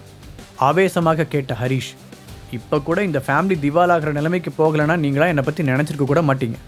இவ்வளோ நாள் நான் உயிரோடு இருக்கேனா செத்துட்டனாங்கிறத பற்றி கூட நீங்கள் யாரும் கவலைப்படலை. அப்புறம் நான் மட்டும் ஏன் உங்களுக்காக கவலைப்படணும் என்றார். சில நொடிகள் மௌனமாக இருந்த ஆனந்த், ஹரிஷ், நாங்கள் செஞ்சது பெரிய தப்பு தான். நம்ம மொத்த குடும்பத்து சார்பாகவும் நான் உங்ககிட்ட மன்னிப்பு கேட்டுக்கிறேன். இப்போ அதெல்லாம் கொஞ்சம் தள்ளி வச்சுட்டு ப்ளீஸ் நம்ம குடும்பத்துக்காக இந்த உதவியை பண்ணு. இப்போ நீ மட்டும் இதை பண்ணலைன்னா ராஜேஸ்வரன் வம்சமே இருந்த இடம் தெரியாமல் அழிஞ்சு போயிடும். கெஞ்சுவது போல் கேட்டவர் ஹரிஷின் முகம் இழகாமல் இருப்பதை கவனித்தார். ஏதோ ஒரு முக்கியமான முடிவை எடுப்பது போல அமைதியாக சில நிமிடங்கள் யோசித்த ஆனந்த் பின்பு ஹரிஷை பார்த்தார். ஹரிஷ், நீ மட்டும் எங்களுக்கு ஹெல்ப் பண்ணேன்னா உன்னை நம்ம தியானா மீடியா கம்பெனியோட பிரசிடெண்ட்டாக மாற்றுறேன். எல்லா ஃபார்மாலிட்டிஸையும் முடிக்க எனக்கு ஒரு நாள் தேவைப்படும். நாளைக்கு நீ உன்னோட பொசிஷனில் வந்து உட்காரலாம். நாளைக்கு இதே நேரத்தில் உன்கிட்ட ஒரு சொந்த கம்பெனி இருக்கும் என்று அவசரமாக கூறினார். அவரை பார்த்து சிரித்த ஹரிஷ், தியானா மீடியா நம்ம அகிலா சித்தியோடது தானே? உங்களோட நன்மைக்காக மற்றவங்களோட பொருளை தூக்கி கொடுக்கறது உங்களுக்கு ரொம்ப ஈஸியாக இருக்குல்ல என்று கேட்டான். ஃபேமிலியை காப்பாற்றுறதுக்காக அவள் கண்டிப்பாக இதை செய்வாள். தியானா மீடியா நம்ம ஃபேமிலி பிஸ்னஸ்லேயே அதிகமான ப்ராஃபிட் இருக்கிற கம்பெனி. அது மட்டும் இல்லாமல் நம்ம நாட்டிலேயே ரொம்ப சக்ஸஸ்ஃபுல்லான என்டர்டெயின்மெண்ட் கம்பெனியும் கூட. இனி அது மொத்தமாக உனக்கு சொந்தமானதாக இருக்கும். அவர் ஹரிஷுக்கு ஆசை காட்டினார். அதை கேட்டு பற்களை கடித்த ஹரிஷ், சரி சித்தப்பா, இந்த டீல் நான் அக்செப்ட் பண்ணிக்கிறேன். நான் உருவாக்க போகிற என்னோட சொந்த சாம்ராஜ்யத்துக்கு இந்த தியானா என்டர்டெயின்மெண்ட் முதல் படிக்கலாக இருக்கட்டும். அப்புறம் எனக்கு ஒரு முக்கியமான வேலை இருக்குன்னு நான் முன்னாடி சொன்னது பொய்யில்லை. ஸோ நான் இப்போ அவசரமாக கிளம்பி ஆகணும் என்று கூறிவிட்டு அங்கிருந்து வெளியேற முயற்சித்தான். ஒரு நிமிஷம், அவனை தடுத்து நிறுத்திய சித்தப்பா, அப்படின்னா நீ எங்களுக்கு என்று கேள்விக்குறியுடன் அவனை பார்த்தார். ஆமாம், நான் என்னோட பணத்தை கொடுத்து இந்த குடும்பத்தை காப்பாற்றலான்னு முடிவு பண்ணிட்டேன். இப்போவாவது பணத்தை விட குடும்பம் தான் முக்கியன்றது உங்கள் எல்லாருக்குமே புரியும் நம்புகிறேன் அழுத்தமாக கூறினான் ஹரிஷ். உனக்கு நாங்கள் இவ்வளோ பெரிய தப்பு பண்ணதுக்கப்புறமும் நீ எங்களுக்கு ஹெல்ப் பண்ண முன் வர்றது உண்மையிலேயே ரொம்ப பெரிய விஷயம். இது நம்ம குடும்பத்தையே ஒரு பெரிய அழிவிலிருந்து காப்பாற்ற போகுது. ரொம்ப தேங்க்ஸ் ஹரிஷ் என்று மனதார நன்றி கூறினார் ஆனந்த். அவர்கள் குடும்பத்திற்கு சொந்தமான அந்த மாளிகையிலிருந்து வெளியே வந்த ஹரிஷ் வாட்சை பார்த்தவன், அடடா, எங்கள் காலேஜ் ரீயூனியன் மீட்டுக்கு போகிறதுக்கு டைம் ஆயிடுச்சே என்று நினைத்தவாறு பைக்கை எடுத்துக்கொண்டு அவசரமாக கிளம்பினார். நாங்கள் டிகிரியை கம்ப்ளீட் பண்ணதுக்கப்புறம் இப்போ தான் ஃபர்ஸ்ட் டைமாக ஒன்றா மீட் பண்ண போகிறோம். இடையில பல வருஷம் ஓடிப்போச்சு. திரும்பவும் அவங்க எல்லாரையும் பார்க்க போகிறேன்னு நினைக்கும் போது ரொம்ப எக்ஸைட்டிங்காக இருக்குது. நான் எப்படி வளர்ந்துருக்கேன்னு காமிக்கிறேன். பார்ட்டிக்கு போகிறதுக்கு முன்னாடி வீட்டில் போய் ட்ரெஸ் மாற்றிட்டு போயிடலாம் நினைத்த ஹரிஷ் வீட்டிற்கு செல்லும் பாதைக்கு வண்டியை திருப்பினார். என்னோடய லைஃபே மொத்தமாக மாறப்போகுது. என்னால் இப்போ அதை ஃபீல் பண்ண முடியுது. இன்றைக்கி நைட்டுக்குள்ளே என் குடும்பத்தோட மரியாதையும், காலேஜ் மேட்ஸோட பொறாமையும், என் மாமியாரோட மதிப்பையும், எல்லாத்தையும் விட முக்கியமாக என் ஒய்ஃபோட அன்பையும் நான் அடைய போகிறேன். விசில் அடித்துக்கொண்டே சந்தோஷமாக வீட்டிற்குள் நுழைந்தான் ஹரிஷ். அதே நேரத்தில் தன்னுடைய ஆஃபீஸில் இருந்த சந்தனா காரிடாரில் நடந்து செல்லும் போது அவளுடைய ஆஃபீஸ் மேட்ஸ் சிரிப்பதை கேட்டாள். பிரேக் ரூமிற்குள் நுழைந்த அவள் அங்கிருப்பவர்கள் ஃபோனில் எதையோ பார்த்து சிரித்து கொண்டிருப்பதை கண்டாள். மெதுவாக எட்டி பார்த்த அவள் அவர்கள் பார்த்து கொண்டிருந்த வீடியோவை கவனித்தாள். அதில் ஹரிஷ் பின்புறம் உடைந்து போன ஓட்ட பைக்கை ஓட்டிச் செல்லும் காட்சி பதிவாகி இருந்தது. அதை பார்த்து சிரித்த ஒரு லேடி ஸ்டாஃப், இதை பார்த்தா ஒரே காமெடியாக இருக்குது. இப்படி உடஞ்சி போன பைக்கை கூட விடாமல் ஓட்டிட்டு போகிற ஒருத்தனை இப்படி தான் மேடம் கல்யாணம் பண்ணிட்டாங்கன்னு எனக்கு தெரியல. இப்படி ஒரு ஆளை நான் பார்த்ததே இல்லை என்று கமெண்ட் அடித்து கொண்டு இருந்தார். ஆமாம், இந்த மாதிரி ஒரு லூசரை மேடம் ஏன் இன்னும் டிவோர்ஸ் பண்ணாமல் வச்சுருக்காங்கன்னு கூட எனக்கு தெரியல. இன்னொரு பெண் வருத்தத்துடன் கூறினாள். அதற்குள் அங்கு மூன்றாவதாக இருந்த ஒரு பெண், அதை விட பெரிய காமெடி என்ன தெரியுமா, நான் ஆஃபீஸுக்குள்ளே என்ட்ரி ஆகும்போது அவர் நம்ம மேடத்துக்கு ட்ரீம் லவர் நெக்லஸை வாங்கித்தரேன்னு ப்ராமிஸ் பண்ணிட்டு இருந்தார் என்று சிரிப்பை அடக்கிக் கொண்டே கூறினாள். அதை கேட்டு அங்கிருந்த அனைவரும் வெடித்து சிரித்தனர். இதான் இந்த இயரோட பெரிய ஜோக்குன்னு நினைக்கிறேன். அந்த நெக்லஸை பற்றி தெரியாமல் ஏதோ பொட்டி கடையில் வாங்கி கொடுக்குற கடலை மிட்டாயின்னு நினச்சிட்டார் போல. அவரோட செலவுக்கே மேடம் தான் காசு கொடுக்குறாங்க. இதில் ஒரு ட்ரீம் லவர் நெக்லஸை வாங்கி தர போறாரமா. ஐயோ ஐயோ. சந்தனா நிற்பதை கவனிக்காமல் அங்கிருந்த அனைவரும் மாற்றி மாற்றி ஹரிஷை கேலி செய்து சிரித்து கொண்டிருந்தனர். அப்பொழுது ஒரு பெண் சந்தனாவை கவனித்து மற்றவர்களுக்கு செய்கை காண்பிக்க எல்லோரும் பதட்டத்துடன் சந்தனாவை திரும்பி பார்த்தனர். அவர்களுக்கு நேராக கை கட்டி நின்று கொண்டிருந்த அவளை பார்த்து மன்னிப்பு கேட்பது போல தலையை குனிந்த அவர்கள், சாரி மேடம், நீங்கள் இங்கே இருக்கிறது எங்களுக்கு தெரியாது என்று தயக்கத்துடன் கூறினர். உங்களுக்கு தெரியாத விஷயம் இன்னும் நிறையா இருக்குன்னு நினைக்கிறேன். அப்புறம் ஒருத்தர் முட்டாள்னு சொல்கிறதுக்கு முன்னாடி ரொம்ப கவனமாக இருங்க. நான் எப்பவும் ஒரே மாதிரி சிரிச்சுக்கிட்டே இருக்க மாட்டேன். அமைதியாக பதில் கூறினாள் சந்தனா. சந்தனாவின் ஆஃபீஸ் ஸ்டாஃப்ஸ் அவளிடம் மன்னிப்பு கேட்டுவிட்டு அங்கிருந்து விரைந்து சென்றனர். அவர்கள் பேசியதை கேட்டு மிகுந்த மன உளைச்சலுக்கு ஆளான சந்தனா வேகமாக தன்னுடைய ஆஃபீஸ் ரூமிற்கு திரும்பி வந்து கதவை மூடினாள். அந்த கதவில் சாய்ந்து தன்னுடைய வாழ்க்கையை நினைத்து அப்படியே அழத் தொடங்கினாள். ஹரிஷ் கண்டிப்பாக ஒரு முட்டாள் இல்லைன்னு எனக்கு நல்லா தெரியும். ஆனால் அது அவனுக்கும் புரியணும்னு தான் ஆசைப்பட்றேன். எங்களுக்குள்ளே இருக்கிற இந்த ரிலேஷன்ஷிப்பை காப்பாற்ற நான் எவ்வளோ போராடிட்டு தான் இருக்கேன். பட் என்னால் முடியல. என்ன ஆனாலும் சரி, அவ்வளோ சீக்கிரம் நான் அவனை கைவிட்ட மாட்டேன் என்று தனக்குள் பேசியபடி அழுது ஓய்ந்தாள் சந்தனா. அதே சமயத்தில் வீட்டிற்குள் நுழைந்த ஹரிஷ் அவனுடைய மாமியார் திலகா ஹால் சோஃபாவில் அமர்ந்து டிவி பார்த்து கொண்டு இருப்பதை பார்த்தான். அவன் உள்ளே வரும் சத்தம் கேட்டதும் திரும்பி பார்த்த அவர், ஹரிஷ் இங்கே வா, உங்ககிட்ட ஒன்று கேட்கணும் என்று அழைத்தார். ஹரிஷும் கண்களில் குழப்பத்துடன் அவருக்கு பக்கத்தில் சென்றான்.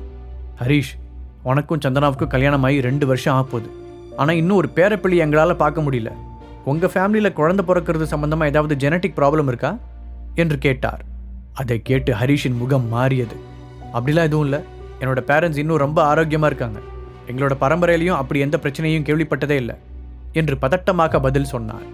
கண்களை சுருக்கி அவனை பார்த்த திலகா, அப்படியா? ஆனால் எங்களுக்கு இதுவரைக்கும் உன்னோட பேரண்ட்ஸை பற்றி பெருசாக எதுவுமே தெரியாது. அப்புறம் நீ சொல்கிறத மட்டும் வச்சு எப்படி நம்புறது? எதுக்கும் நான் ஒரு மெடிக்கல் செக்கப்புக்கு ஏற்பாடு பண்ணுறேன். நீ உன்னோட பேரண்ட்ஸை வர சொல்லு. உன்னோட சைடில் ஜெனட்டிக்காக எந்த ப்ராப்ளமும் இல்லைன்னு நான் கன்ஃபார்மாக தெரிஞ்சுக்கணும். திலகா ஆர்டர் போடுவது போல கூற முகத்தை சுளித்தான் ஹரிஷ். அதான் தேவையில்லைன்னு சொல்கிறேனே, அவங்க எப்போவுமே ரொம்ப நல்லா ஹெல்த்தியாக தான் இருக்காங்க.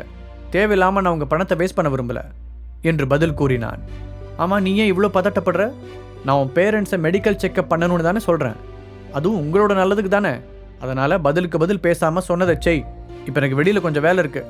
நைட்டு நடக்க போகிற ஃபேமிலி கெட் டுகெதரில் நாம் மீட் பண்ணலாம் சொன்ன திலகா அவனுடைய பதிலை கூட எதிர்பார்க்காமல் அங்கிருந்து கிளம்பிச் சென்றார்.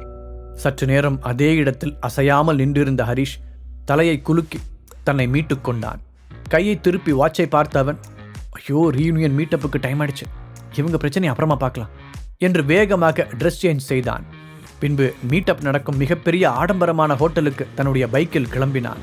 ஹோட்டலுக்கு முன்னால் இருந்த பார்க்கிங்கில் தனது பைக்கை விட்ட அவன் அதன் கண்ணாடியை பார்த்து கலைந்திருந்த தலைமுடியை சரி செய்து கொண்டான். ஹரிஷ், நீதான் அது? அவனுக்கு பின்னால் இருந்து ஒரு குரல் கேட்டது. அங்கு ஒரு மெர்சிடிஸ் பென்ஸ் காரை நிறுத்திவிட்டு அதிலிருந்து இறங்கிக் கொண்டிருந்தான் அஜய், ஹரிஷின் பழைய கிளாஸ்மேட். அஜயை பார்த்தவுடன் ஹரிஷின் கண்கள் ஆச்சரியத்தால் விரிந்தது. ஏ அஜய், நீ மட்டும் என்ன அப்படியே காலேஜில் பார்த்த மாதிரியே இருக்க? உனக்கு வயசே ஆகாதடா. அதுவும் இல்லாமல் அப்போ மாதிரியே இப்போவும் பாப்புலராக இருக்கான்னு வேற கேள்விப்பட்டேன். எப்பட்றா என்று வியப்பு மாறாமல் கேட்டான் ஹரிஷ். இந்த விஷயத்தில் நான் ரொம்ப லக்கின்னு நினைக்கிறேன். அஜய் சிரித்துக்கொண்டே விளையாட்டாக பதில் சொன்னான். கேட்கவே ரொம்ப சந்தோஷமாக இருக்கு. அப்புறம் உன்னோட காரு ரொம்ப பியூட்டிஃபுல்லாக இருக்குடா. ஹரிஷ் திறந்த மனதுடன் பாராட்டினான். அப்போது ஹரிஷின் பைக்கை கவனித்த அஜய், நீயும் மாறாமல் எப்பவும் போல வினோதமாக தான் இருக்க. உண்மையாகவே இந்த வண்டியிலேயே இவ்வளோ தூரம் வந்த என்று கேட்டான். ஆமாம், என்னோட சொந்த பணத்தில் நான் ஃபஸ்ட்டு வாங்கின திங்ஸில் இதுவும் ஒன்று. யாராவது ஒருத்தர் வாங்கி கொடுக்கறத விட நம்மளா சம்பாதிச்சு ஒரு பொருளை வாங்கும்போது அது இன்னும் எக்ஸைட்டிங்காக இருக்கும் ஹரிஷ் சந்தோஷத்துடன் கூறினான். அதை கேட்டு தோள்களை குலுக்கிய அஜய், கூல் ஸ்டோரி ப்ரோ, சரி உள்ளே போகலாமா? யாரெல்லாம் இன்னும் அப்படியே இருக்கா, யாரெல்லாம் வயசாயிட்டாங்கன்னு பார்ப்போம் என்று சொல்ல ஹரிஷும் அவனுடன் சேர்ந்து சிரித்து பேசிக்கொண்டே உள்ளே சென்றான். ஹரிஷும் அஜயும் ஒன்றாக உள்ளே வருவதை அங்கே இருந்த எல்லோரும் ஆச்சரியத்துடன் பார்த்தார்கள். அஜய், இவ்வளோ நாள் கழிச்சு உன்னை பார்க்கறதுல ரொம்ப சந்தோஷம். கூட்டத்தில் பழக்கமான குரல் ஒன்று கத்த அங்கிருந்த மற்றவர்களும் அஜயுடன் பேச ஆர்வம் காட்டினர். அஜய் தனக்கு பக்கத்தில் இருந்த ஹரிஷை கை காட்டி, நான் யாரை கூட்டிட்டு வந்திருக்கேன்னு பாருங்க, ஹரிஷ் உண்மையிலேயே இப்போ பெரிய ஆளா வளர்ந்துட்டான் என்று கூறினான். உடனே அவர்கள் ஹரிஷை பார்த்து தங்களுக்குள் கிசுகிசுக்க தொடங்கினர். ஹரிஷ் காலேஜ் படிக்கும் போதே யாரு கூடயும் பெருசா ஒட்டாம தான் இருப்பான். ஆனால் இப்போ என்னமோ அஜய் மாதிரி ஒருத்தன் கூட சேர்ந்து வரான். ஒருவேளை நமக்கு தான் அவனை பற்றி சரியா தெரியலையோ? நானும் அப்படிதான் நினைக்கிறேன் என்று ஒருவருக்கொருவர் பேசிக்கொண்டார்கள். அந்த பார்ட்டி ஹாலில் இருந்தவர்களை ஒரு முறை பார்வையால் வலம் வந்த ஹரிஷ், இங்கே வந்திருக்கிறதுலேயே நான் தான் ரொம்ப சிம்பிளாக ட்ரெஸ் பண்ணியிருப்பேன் போலயே, இதை பார்த்தா இவங்க எல்லாரும் என்னை குறைச்சி தான் இடம் போடுவாங்க. மனதிற்குள் நினைத்த ஹரிஷ் அஜயிடம் திரும்பி, சரி அஜய், நான் போய் உட்கார்றேன், நம்ம அப்புறமா பேசலாம் என்றான். ஓகே ஹரிஷ் பதிலளித்த அஜய் அவனின் நண்பர் கூட்டத்தில் கலந்தான். அங்கு காலியாக இருந்த ஒரு சேரில் அமர்ந்த ஹரிஷ் தன்னுடைய கிளாஸ்மேட்டுகளை சந்தோஷமாக பார்த்தான். பின்னால் அமர்ந்து அங்கு நடக்கும் எல்லாவற்றையும் அமைதியாக கவனிப்பது அவனுக்கு மகிழ்ச்சியை தந்தது. அப்பொழுது திடீரென்று அந்த இடம் பரபரப்பாக அவர்களின் கிளாஸ்மேட் ரித்திகா உள்ளே வந்து கொண்டிருந்தாள். வாவ், இவ ரொம்ப அழகா இருக்காளே. ஆமாம், காலேஜ் படிக்கும்போது இவ தான் கேம்பஸ் பியூட்டியாக இருந்தா. நம்ம காலேஜ்லேயே அவள் தான் ரொம்ப அழகும் கூட. இப்போவும் அப்படிதான் இருக்கா நினைத்த ஹரிஷ் அவளுக்கு ஹாய் சொல்வதற்காக எழுந்தான். ஆனால் அவனுக்கு முன்பாக முந்திக் கொண்ட அஜய் நேராக ரித்திகாவிடம் சென்று, ஹாய் ரித்தி, என்னை மறந்துடியா என்று கேட்டான். அவனை பார்த்து பிரைட்டாக ஸ்மைல் செய்த ரித்திகா, அஜய் நீ கொஞ்சம் கூட மாறவே இல்லை என்று கூறினாள். பதிலுக்கு சிரித்த அஜய், அது ஏதோ ஒரு மோசமான விஷயம் மாதிரி சொல்ற என்றான். அவனை பார்த்து தலையை சாய்த்து அழகாக சிரித்த ரித்திகா, நம்ம காலேஜ் படிக்கும்போது டேட் பண்ணிட்டு இருந்தோம், ஸோ அது ஒன்றும் அவ்வளோ மோசமான விஷயம்லாம் இல்லை கிண்டலாக கூறினாள். ஆமாம், அதெல்லாம் பியூட்டிஃபுல்லான மெமரிஸ். இப்போ நினச்சாலும் அந்த நாள்லாம் திரும்பி வராது. ஆனால் நீ இப்போவும் ரொம்ப அழகாக தான் இருக்க. சரி, இப்போ என்ன பண்ணிட்டு இருக்க என்று கேட்டான் அஜய். பெருமையாக அஜயை பார்த்த ரித்திகா, சொன்னால் கொஞ்சம் கிளீஷேவாக தான் இருக்கும், இப்போவே அதை சொல்கிறது சரியானு கூட எனக்கு தெரியல, ஆனால் ஒரு பெரிய மீடியா கம்பெனியில் கான்ட்ராக்ட் சைன் பண்ண போகிறேன் என்றாள். நிஜமா சொல்கிறியா? கங்க்ராட்ஸ். அப்போ கூடிய சீக்கிரம் இந்த ஃபேமஸ் ரித்திகா என் ஃப்ரெண்டு தானே எல்லாருக்கிட்டையும் சொல்ல போகிறேன். அஜய் அவளை பாராட்ட ரித்திகாவின் கன்னங்கள் சிவந்தது. ஆக்சுவலாக இன்னும் அஃபிஷியலாக சைன் பண்ணல, பட் பேச்சுவார்த்தைலாம் பாசிட்டிவாக தான் போயிட்டுருக்கு. ஸோ கூடிய சீக்கிரமே அந்த நல்ல விஷயம் நடக்க போகுதுன்னு நினைக்கிறேன். ரித்திகாவும் சந்தோஷமாக கூறினாள். கண்டிப்பாக ரித்திகா, உன்னை போய் யாராவது ரிஜெக்ட் பண்ணுவாங்களா சொல்லிவிட்டு அஜய் சிரித்தான். அப்பொழுது ஹரிஷுக்கு பக்கத்தில் ஒரு பெண்கள் கூட்டம் வந்து அமர்ந்தது. அதில் ஒரு பெண் மற்ற பெண்களை பார்த்து, ஏய் ரித்திகா ஒரு ஸ்டாராக போகிறான்னு கேள்விப்பட்டேன், ராஜேஸ்வரன் குரூப்ஸை சேர்ந்த தியானா மீடியா கம்பெனியில் தான் அவள் கான்ட்ராக்ட் சைன் பண்ண போகிறாளாம் என்று கிசுகிசுப்பாக கூறினாள். அப்படியா? அந்த மீடியா கம்பெனி நம்ம கண்ட்ரிலேயே one of the biggest company. Rithika அதில் சைன் பண்ண போகிறானா? கூடிய சீக்கிரமே அவள் ரொம்ப பெரிய ஆளாக வரப்போகிறான்னு அர்த்தம். எதுக்கும் நான் இப்போவே அவகிட்ட ஆட்டோகிராஃப் வாங்கி வச்சுக்கிறேன் சொல்லிக்கொண்டே ஒரு பெண் எழுந்தாள். அதை பார்த்த மற்ற பெண்களும், இது நல்ல ஐடியாவாக இருக்கே, இப்போவே அவகிட்ட ஆட்டோகிராஃப் வாங்கி வச்சுக்கிட்டா பின்னாடி அது ஒர்த்தா கூட ஆகலாம். அந்த 3 பெண்களும் எழுந்து ரித்திகாவின் அருகில் சென்றனர். ரித்திகா, எங்களுக்கு உன்னோட ஆட்டோகிராஃப் வேணும் அவர்கள் கேட்க ரித்திகாவும் சிரித்துக்கொண்டே அவர்களுடன் உரையாடினாள். இதையெல்லாம் பார்த்த ஹரிஷ், உண்மையிலேயே இது ரித்திகாவுக்கு ஏற்ற ஜாப் தான். சின்ன வயசுலேருந்து அவளோட கனவை விடாமல் வச்சுக்கிறதுக்கு நான் ரொம்ப சந்தோஷப்படுறேன். நிஜமாவே தியானா மீடியா கூட தான் அவள் சைன் பண்ண போகிறானா, அவளை பற்றி நாம் இன்னும் கொஞ்சம் நல்லா தெரிஞ்சுக்கணும். எப்படி இருந்தாலும் நாளைக்கு மார்னிங்லேருந்து நான் தான் அந்த கம்பெனியோட அஃபிஷியல் ஓனர்.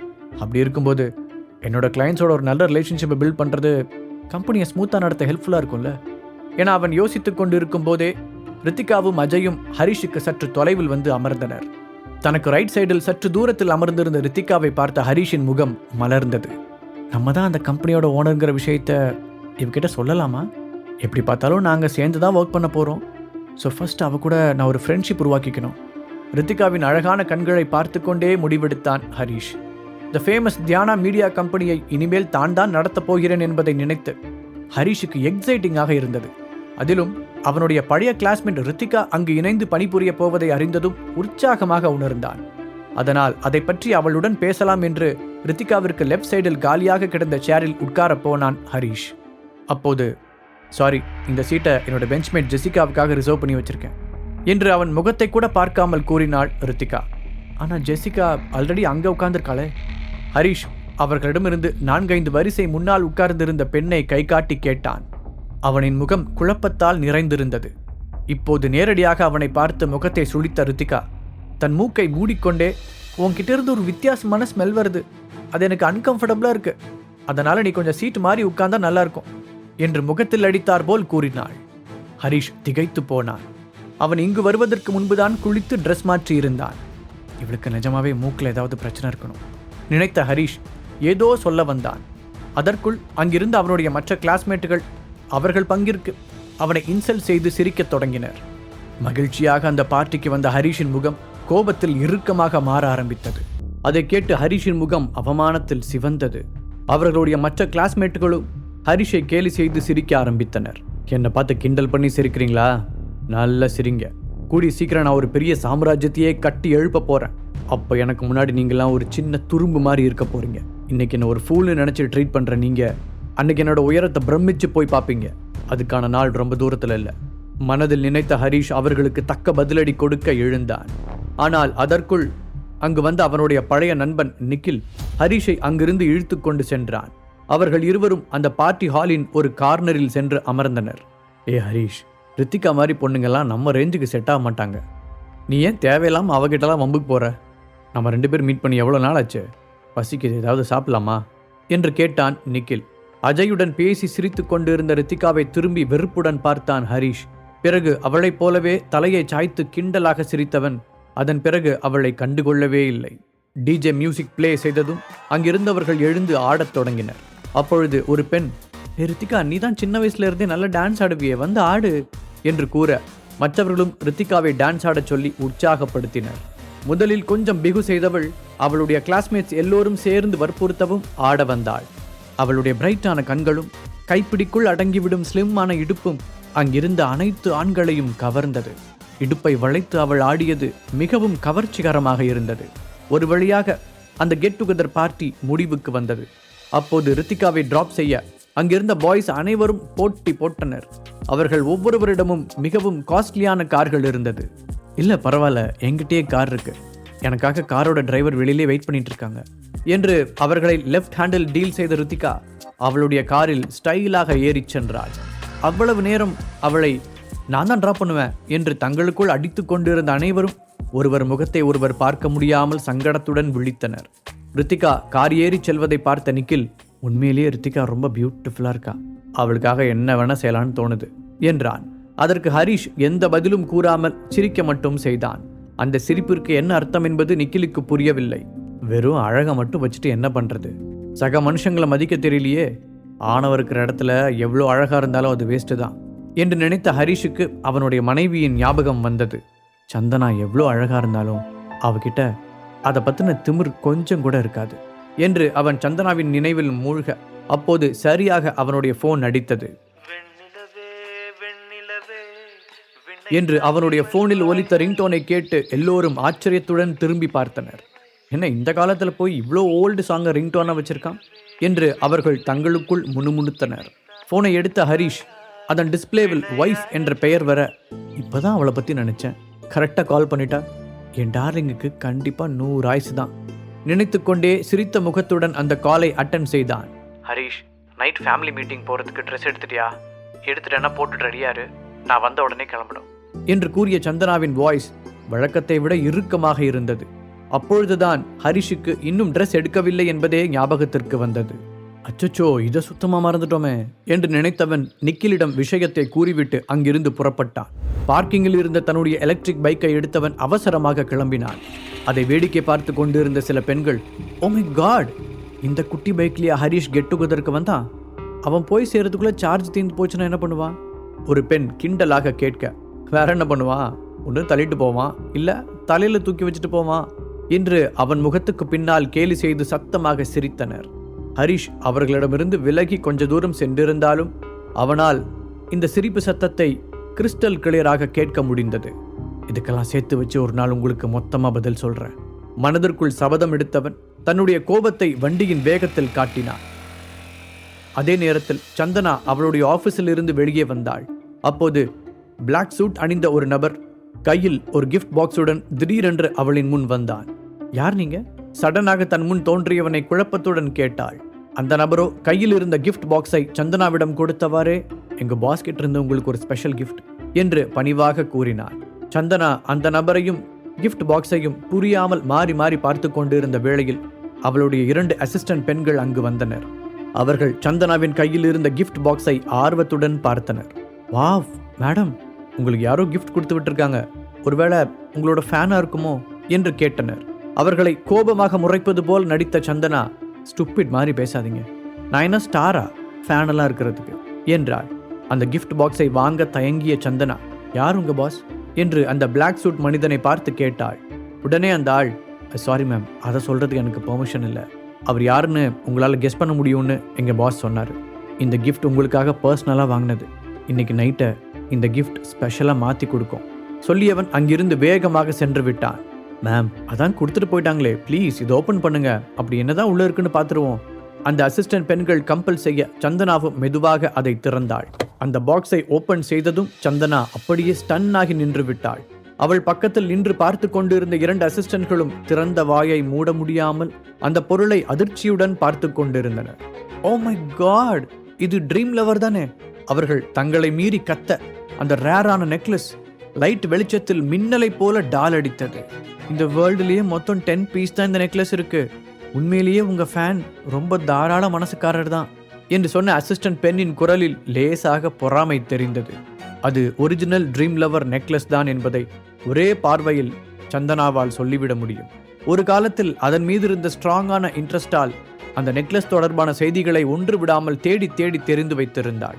அதனால் அந்த பாக்ஸில் இருந்த நெக்லஸை பார்த்த உடனேயே அது ரியலானது என்பதை சந்தனா உணர்ந்திருந்தாள்.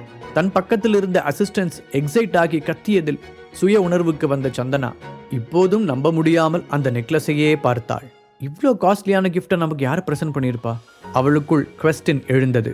ஒருவேளை அசோகா இருக்குமோ? ஆனால் அவனால் கூட இவ்வளோ காஸ்ட்லியான கிஃப்டை வாங்க முடியாதே. சப்போஸ் நமக்கு இந்த நெக்லஸை வாங்கி தரணுங்கிறதுக்காகவே அவனோட மொத்த சொத்தையும் வித்துட்டானா? இதை யோசித்த பொழுது சந்தனாவிற்கு அவளையும் அறியாமல் அசோக்கின் மீது ஒரு சாஃப்ட் கார்னர் உருவானது. இன்னைக்கு நைட் ஃபேமிலி கெட் டுகெதருக்கு நான் மட்டும் இந்த ட்ரீம் லவர் நெக்லஸை போட்டுட்டு போனேன்னா அங்கே இருக்கிற எல்லா பொண்ணுங்களோட கண்ணும் என் மேலே தான் இருக்கும். அப்படியே பொறாமையில் வெந்துருவாங்க. அதை நினைக்கும் போது சந்தனாவிற்கு ஹார்ட் எகிரி குதிப்பதைப் போல ஒரே எக்ஸைட்டிங்காக இருந்தது. அதே நேரத்தில் இன்னொரு பக்கம் ஹரிஷ் அந்த ஃபேமிலி மீட்டிங்கிற்கு என்ன ட்ரெஸ் போடுவது என்ற குழப்பத்தில் இருந்தான். அவன் மால்களுக்கு சென்று சுற்றி பார்த்தான். அங்கிருந்த ட்ரெஸ் எதுவுமே அவனுக்கு பிடித்த ஸ்டைலில் இல்லை. ஃபைனலி ஹரிஷ் அவனுடைய சித்தப்பா அவனுக்காக ஏற்பாடு செய்திருந்த பர்சனல் செக்ரட்டரியை அழைத்து தனக்கான தேவையை கூறினான். உண்மையில் அந்த பர்சனல் செக்ரட்டரி நல்ல டேலண்டட் பர்சனாக இருந்தாள். அடுத்த ஹாஃப் அன் ஹவரில் ஒரு சிம்பிளான ஹேண்ட்மேட் சூட்டை பக்காவாக ரெடி செய்து அவனுக்கு அனுப்பி வைத்தாள். அந்த ட்ரெஸ்ஸை எடுத்துக்கொண்டு வீட்டிற்கு திரும்பினான் ஹரிஷ். அங்கு சந்தனா கண்ணாடி முன் நின்று தன்னுடைய கழுத்தில் இருந்த ட்ரீம் லவர் நெக்லஸை ஆசையாக ரசித்து கொண்டிருப்பதை பார்த்தான். நாம கொடுத்த கிஃப்ட் சந்தனாவுக்கு ரொம்ப பிடிச்சிருக்கும் போலயே. இந்த நெக்லஸ் சந்தனாவோட சங்கு கழுத்துக்கு இன்னும் பொருத்தமா இருக்கு. இவ கழுத்துக்கு வந்ததுக்கு அப்புறம் தான் அந்த நெக்லஸே இன்னும் அழகா தெரியுது நினைத்த ஹரிஷ் அவளை ரசனையோடு பார்த்தான். கண்ணாடி வழியாக ஹரிஷ் நிற்பதை பார்த்த சந்தனா அவ்வளவு நேரம் உற்சாகமாக இருந்த தன்னுடைய முகத்தை நார்மலாக மாற்றிக்கொண்டாள். அவனை திரும்பியே பார்க்காமல் ஏதோ ட்ரெஸ் எடுப்பதைப் போல பாவனை செய்தவள். ஹரிஷ் என்ற ஒருவன் அங்கு நிற்பதையே உணராதது போல அவனை முழுவதுமாக இக்னோர் செய்தாள். என்னாச்சு இவளுக்கு? டார்லிங், உனக்காக நான் பெரிய சாம்ராஜ்யத்தையே உருவாக்கி உன் காலடியில் வைக்கலான் இருக்கேன். நீ என்னடானா சில்லி மேட்டருக்கெல்லாம் என் மேலே கோவப்பட்டு இருக்க. நீ வேணா பாரு, உன்னோட ஹரிஷ் உன்னை ஒரு பெரிய சாம்ராஜ்யத்துக்கே மகாராணியாக உட்கார வைக்க போகிறான். அதுக்கான வேலைகளை நாளையிலிருந்து ஸ்டார்ட் பண்ண போகிறேன். இனி நீ வேற ஒரு ஹரிஷை தான் பார்க்க போற. சந்தனாவை பார்த்தபடி மைண்ட் வாய்ஸில் பேசிய ஹரிஷ் அந்த ரூமை விட்டு வெளியே வந்தான். சோஃபாவில் உட்கார்ந்திருந்த திலகா ஹரிஷின் கையில் இருந்த பேக்கை பார்த்துவிட்டு முகத்தை சுளித்தார். இதான் அவனோட ட்ரெஸ்ஸா? இப்போ சீக்கிரம் மாத்திட்டு வா, இன்னும் 5 மினிட்ஸில் இங்கிருந்து கிளம்பணும் என்று அவசரப்படுத்தினார். ஓகே, நான் போய் ஃபாஸ்ட்டாக ட்ரெஸ் மாற்றிட்டு வரேன் சொன்ன ஹரிஷ் வேகமாக அங்கிருந்த இன்னொரு ரூமிற்குள் சென்றான். சொன்னது போலவே ஃபாஸ்ட்டாக ரெடியாகி வந்த ஹரிஷை பார்த்த திலகா, பரவாயில்ல, இந்த சூட் ஒன்றும் அவ்வளோ மோசமா இல்லை, இந்த டைம் தான் நீ கொஞ்சம் பார்க்குற மாதிரி ட்ரெஸ் பண்ணியிருக்க என்றார். அப்போது உள்ளிருந்து வேகமாக வெளியே வந்த சந்தனா, சீக்கிரமா கிளம்பலாம், இந்த டைமும் நம்ம லேட்டாக போகக்கூடாது என்று சொன்னவள் அப்போதுதான் ஹரிஷை பார்த்தாள். அவள் முகத்தில் இருந்த இறுக்கம் கொஞ்சமாக தளர்ந்தது. ஆனால் அதை அவனிடம் காட்டிக்கொள்ளாமல் வேகமாக வெளியே சென்றாள். ஹரிஷ் காரை ஓட்ட மூவரும் அந்த கெட் டுகெதர் நடக்கும் அவர்களின் குடும்ப மாளிகைக்கு வந்து சேர்ந்தனர். அந்த மாளிகைக்கு வெளியே டசன் கணக்கான கார்கள் நின்று கொண்டிருக்க அதை பார்த்ததும் அங்கு ஏதோ லக்ஸுரி கார் எக்ஸிபிஷன் நடப்பது போல இருந்தது. சந்தனாவையும் திலகாவையும் அங்கிருந்த எல்லோரும் நன்றாக தெரிந்து வைத்திருந்தனர். ஆனால் அவர்களுக்கு பின்னால் வந்த ஹரிஷை யாரும் கண்டுகொள்ளவே இல்லை. அதே சமயம் அவன் மீது கொஞ்சம் அதிகமாக இன்ட்ரெஸ்ட் காண்பிக்கும் சிலரும் அந்த கூட்டத்தில் இருந்தார்கள். அதில் முக்கியமான ஒருவனாக சந்தனாவின் கசின் கார்த்திக்கை சொல்லலாம். இது போன்ற ஃபேமிலி மீட்டப்பின் போது ஹரிஷ் எங்கே இருந்தாலும் தேடி வந்து வம்பிழுத்து விட்டு செல்லாவிட்டால் அன்றைக்கு அவனுக்கு சாப்பாடு கூட இறங்காது. எப்போதும் போல ஹரிஷை கிண்டலாக பார்த்தவன், என்ன அதிசயம், இன்னைக்கு ஹரிஷ் ஹியூமன் மாதிரி ட்ரெஸ் பண்ணியிருக்கான், எனக்கே ஒரு நிமிஷம் அடையாளம் தெரியலன்னா பார்த்துக்கோயேன் என்று அவனுடைய தோளில் வேகமாக தட்டினான். அவன் வேண்டுமென்றே வாய்ஸை ரைஸ் செய்து சத்தமாக பேசினான். இதனால் அந்த பார்ட்டி ஹாலில் இருந்த எல்லோருக்குமே அவன் பேசியது கேட்டது. ஹரிஷ் அவனிடம் எதுவும் பேசாமல் அமைதியாக சிரித்தான். என்னது, நம்ம இவ்வளோ கிண்டல் பண்ணியும் அசராம சிரிச்சுக்கிட்டே நிற்கிறான். கடுப்பான கார்த்திக், இந்த ட்ரெஸ்ஸை நான் எங்கேயோ பார்த்துருக்கானே. ஞாபகம் வந்துருச்சு, காரில் வரும்போது பிளாட்ஃபார்மில் பார்த்தேன், 100 200ன்னு கூவி கூவி வித்துக்கிட்டு இருந்தாங்க, அதானது என்று நக்கலாக கேட்டான். அவன் சொன்னதை கேட்டு சிலர் ஹரிஷை ஏளனமாக பார்த்தனர். ஒரு சிலர் சத்தமாக சிரிக்கவும் செய்தனர். சந்தனா சங்கடத்துடன் ஹரிஷை பார்த்தாள். அவளுடைய முகத்தில் கோபம் தெரிந்தது. நான் தான் ஹரிஷுக்கு ட்ரெஸ் வாங்கிக்க சொல்லி பணம் கொடுத்தனே, அப்புறம் ஏன் இப்படி ஒரு சீப்பான ட்ரெஸ்ஸை வாங்கிட்டு வந்தான்? ஹரிஷ் ஏன் எப்போ பார்த்தாலும் இப்படி என்னை சங்கடப்படுத்துறதையே வேலையா வச்சிருக்கான் என்று மனதிற்குள் சலித்து கொண்டாள் அவள். தன்னுடைய காலரை சரி செய்து கொண்ட ஹரிஷ் கார்த்திக்கை பார்த்து, நீ சொன்னதை கேட்டு எனக்கு ரொம்ப டிசப்பாயிண்டிங்காக இருக்கு. ஆக்சுவலாக இந்த ட்ரெஸ்ஸுக்கு நான் பணமே கொடுக்கல என்று கேஷுவலாக பதில் கூறினான். என்ன, இதுக்கு பணம் கொடுக்கலையா? அப்புறம் உன்னை பார்த்து பரிதாபப்பட்டு கடைக்காரர் ஃப்ரீயாகவே கொடுத்துட்டாரா என்று கேட்டுவிட்டு மறுபடியும் சத்தமாக சிரித்தான் கார்த்திக். உடனே சுற்றியிருந்தவர்களும் சிரிக்க ஆரம்பித்ததுடன் ஹரிஷை ஒரு முட்டாளை போல பார்த்தனர். அதை கேட்டு திலகா மற்றும் சந்தனாவின் முகங்களும் மாறியது. திலகா ஹரிஷ் பக்கத்தில் நிற்க கூட பிடிக்காமல் விலகிச் சென்றார். ஹரிஷ், நாம போய் உட்காரலாமே. சந்தனா ஹரிஷின் காதில் ஒரு சலிப்புடன் கூறினாள். உண்மையை கூற வேண்டுமென்றால் சந்தனாவிற்கு இது போன்ற அவளின் குடும்ப நிகழ்வுகளுக்கு ஹரிஷை அழைத்து வருவதில் விருப்பமே இருப்பதில்லை. ஆனால் அவளுக்கு வேறு வழியும் இல்லை. ஏதாவது எமர்ஜென்சி சிச்சுவேஷனை தவிர மற்ற நேரங்களில் ஃபேமிலி மெம்பர்ஸ் அனைவரும் அந்த மீட்டிங்கில் கலந்து கொள்ள வேண்டும். சந்தனா, நான் நிஜமா உன்னை பற்றி பேசல, அப்படியே நீ தேவையில்லாமல் டென்ஷன் ஆகிற. அது சரி, உன் ஹஸ்பண்டுக்கு வேணா ட்ரெஸ் எடுக்கிறதுல எக்ஸ்பீரியன்ஸ் இல்லை, அதுக்கான பணமும் இல்லை. ஆனால் உனக்கு என்னாச்சு? இந்த மாதிரி ஒரு ஃபேமிலி கெட் டுகெதருக்கு இவ்வளோ லோவாக ட்ரெஸ் பண்ணிட்டு வந்திருக்க. என்ன, உன் ட்ரெஸ்ஸோட விலை மிஞ்சி போனால் ஒரு 5000 இருக்குமா? கேட்ட கார்த்திக் சந்தனாவை மேலும் கீழுமாக பார்த்து சிரித்தான். அவனுடைய அந்த நக்கல் சிரிப்பு சந்தனாவை எரிச்சல் படுத்தியது. எல்லோருடைய கவனமும் அங்குதான் இருக்கிறது என்பது தெரிந்தவுடன் கார்த்திக்கின் முகத்தில் ஒரு திமிர் வந்தது. தன்னுடைய ட்ரெஸ்ஸில் இல்லாத தூசியை தட்டிவிட்ட அவன் இந்த ஃபேமிலி மீட்டிங்கில் கலந்துக்கிறதுக்காக நம்ம கண்ட்ரியோட ஃபேமஸான டிசைனர் கிட்ட போய் இந்த ஸ்பெஷல் சூட்டை 2 lakhs செலவு பண்ணி எனக்காக ரெடி பண்ண என்று பெருமை பொங்க கூறினான்.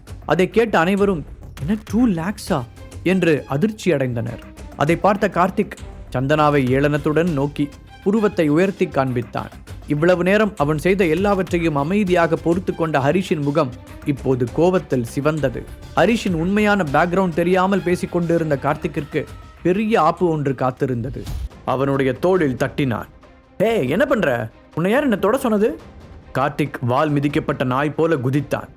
வேகமாக தன்னுடைய தோளில் இருந்த ஹரிஷின் கைகளை தட்டிவிட்ட அவன் டென்ஷனுடன் ஹரிஷை பார்த்து கத்தினான். தன்னுடைய பேண்ட் பாக்கெட்டுகளில் கைகளை நுழைத்து ஸ்டைலாக நின்ற ஹரிஷ் கார்த்திக்கை அலட்சியமாக பார்த்தான். நீ போட்டிருக்கிற சூட் வெறும் 2 lakhs செலவு பண்ணி தச்சது, அவ்வளோதானே? ஆக்சுவலாக என்னோட சந்தனா கேஷுவலாக ட்ரெஸ் பண்ணுறதான் விரும்புவா, இருந்தாலும் அவளுக்கு ஜுவல்னா கொஞ்சம் பிடிக்கும் சொன்ன ஹரிஷ் அவனுடைய பேச்சால் திகைத்து போய் நின்றிருந்த சந்தனாவை தன் பக்கமாக இழுத்தான். ஏன் கார்த்திக், சந்தனாவோட கழுத்தில் இருக்கிற ட்ரீம் லவர் நெக்லஸை நீ பார்க்கலையா? அது உன்னோட சூட்டை விட 100 மடங்கு காஸ்ட்லியானது. ஹரிஷ் சொன்னதும் அந்த இடமே சடனாக அமைதியானது.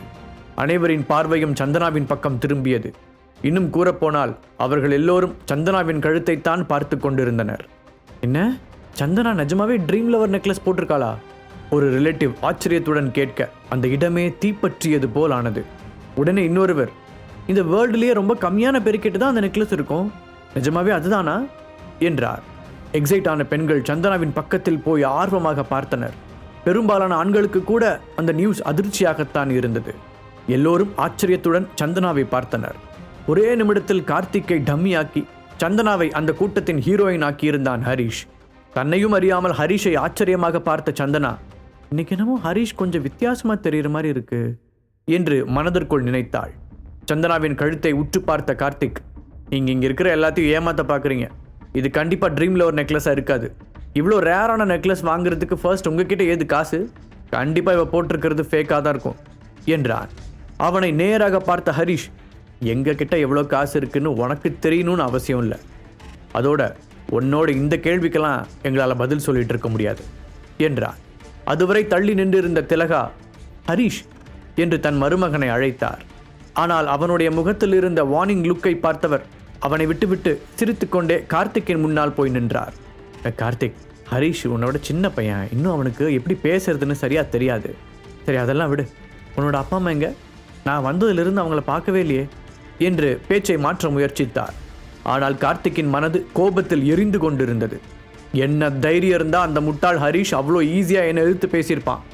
மனதிற்குள் கோபமாக நினைத்தவன் திலகாவை ஏளனமாக பார்த்தான். என்னோட பேரண்ட்ஸ் வெளிநாட்டில் பிஸ்னஸ் பண்ணிட்டு இருக்காங்க. நாள் ஃபுல்லாக எதுவுமே செய்யாமல் சும்மா இருக்கிறதுக்கு அவங்க ஒன்றும் உங்களை மாதிரி லேசி கிடையாது என்று அவரின் முகத்தில் அடித்தார் போல கூறினார். கார்த்திக் அப்படி சொன்னது திலகாவை காயப்படுத்தியது. அதே நேரத்தில், நீங்கள் எல்லாரும் என்ன பண்ணிக்கிட்டு இருக்கீங்க என்று ஒரு வயதான பெண்மணியின் கம்பீரமான குரல் கேட்டது. பாட்டி?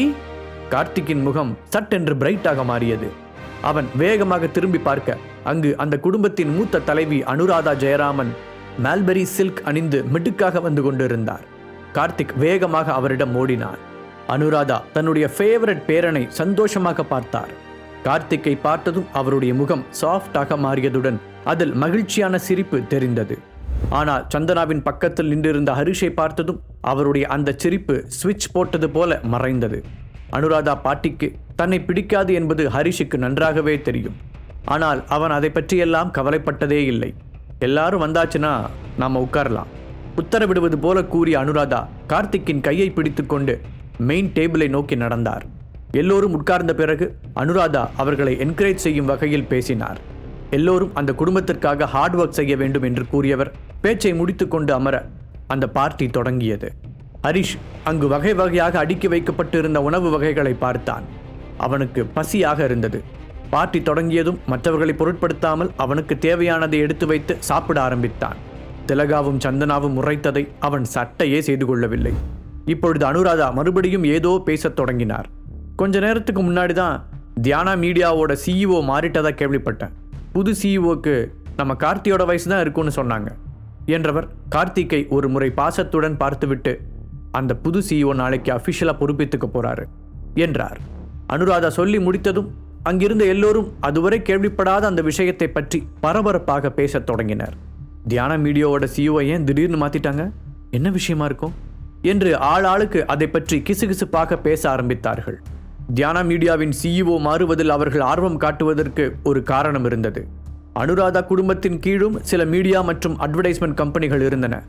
அவர்கள் அனைவரும் மிகப்பெரிய கம்பெனியான தியானா மீடியாவோடு இணைந்து பணியாற்ற விரும்பினர். அதனால் தியானா மீடியாவுடன் பார்ட்னர்ஷிப் வைத்துக் கொள்ள ஆசைப்பட்டு இதுவரை நிறைய ஆட்களை பேச்சுவார்த்தைக்காக அனுப்பியிருந்தார்கள். ஆனால் அவர்கள் அளித்த ஆஃபர்கள் அனைத்தையும் தியானா மீடியா நிராகரித்தது. தியானா மீடியா தமிழ்நாட்டில் மிகப்பெரிய பணக்கார குடும்பமான ராஜேஸ்வரன் குடும்பத்திற்கு சொந்தமானது. அவர்கள் அனுராதா குடும்பத்தை ஒரு பொருட்டாக கூட மதிக்கவில்லை. ஆனால் அந்த கம்பெனியின் சிஇஓ மாறுவதால் இப்போது ஒருவேளை அவர்களுக்கு சான்ஸ் கிடைக்கலாம் என்பது அங்கிருந்தவர்களின் எண்ணமாக இருந்தது. இந்த மாதிரியான ஒரு கோல்டன் ஆப்பர்ச்சுனிட்டியை தவறவிட அவர்கள் யாரும் தயாராக இல்லை. வெற்றியோ தோல்வியோ ஒரு முறை முயற்சித்து பார்ப்பது நல்லது என்று நினைத்தார்கள். சாப்பிடுவதில் மும்முரமாக இருந்த ஹரிஷ் தியானா மீடியா கம்பெனியை பற்றிய பேச்சு வந்தபோது லேசாக தலையை உயர்த்தி பார்த்தான். அவனுடைய கண்களில் ஒரு கேலியின் சாயல் தெரிந்தது.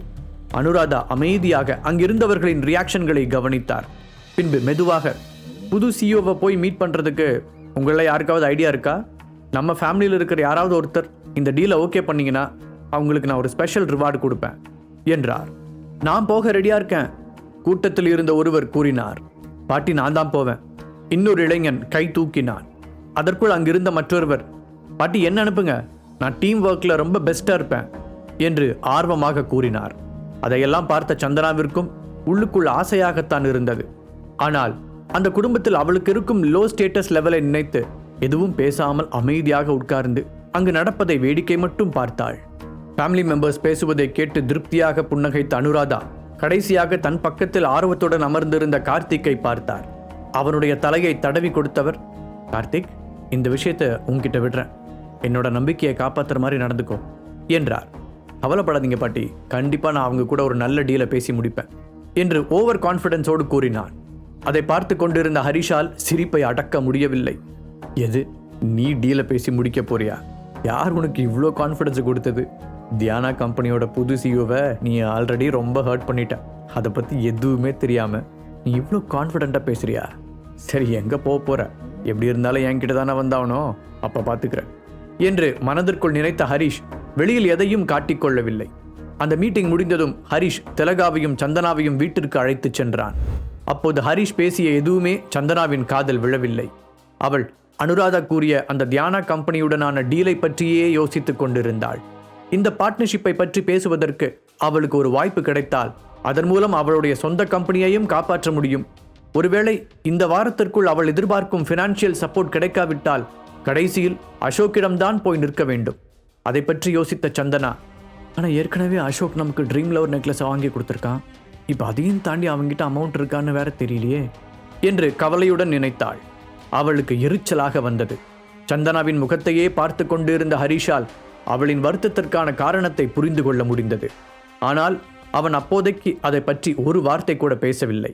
அன்றைக்கு நைட் தூங்க போவதற்கு முன்னால் பெட்டில் அமர்ந்திருந்த ஹரிஷ் சந்தனாவை பார்த்து, சந்தனா, நீ ஒன்றும் கவலைப்படாத, நாளைக்கு கார்த்திக் தியானம் மீடியாவோட எந்த டீலையும் பேசி முடிக்க மாட்டான், உன்னை தவிர வேற யாராலையும் அந்த டீலை ஓகே பண்ண முடியாது என்று சொன்னான். அதை சொன்ன பிறகு சந்தனாவின் ரியாக்ஷன் என்ன என்பதையெல்லாம் அவன் கவனிக்கவில்லை. அவன் பாட்டுக்கு படுத்து தூங்கிவிட்டான். ஹரிஷ் சொன்னதை கேட்டு சந்தனா ஒரு நிமிடம் திகைத்தாள். அவன் அவளுடைய மனதை அப்படியே படிப்பான் என்று சந்தனா எதிர்பார்க்கவில்லை.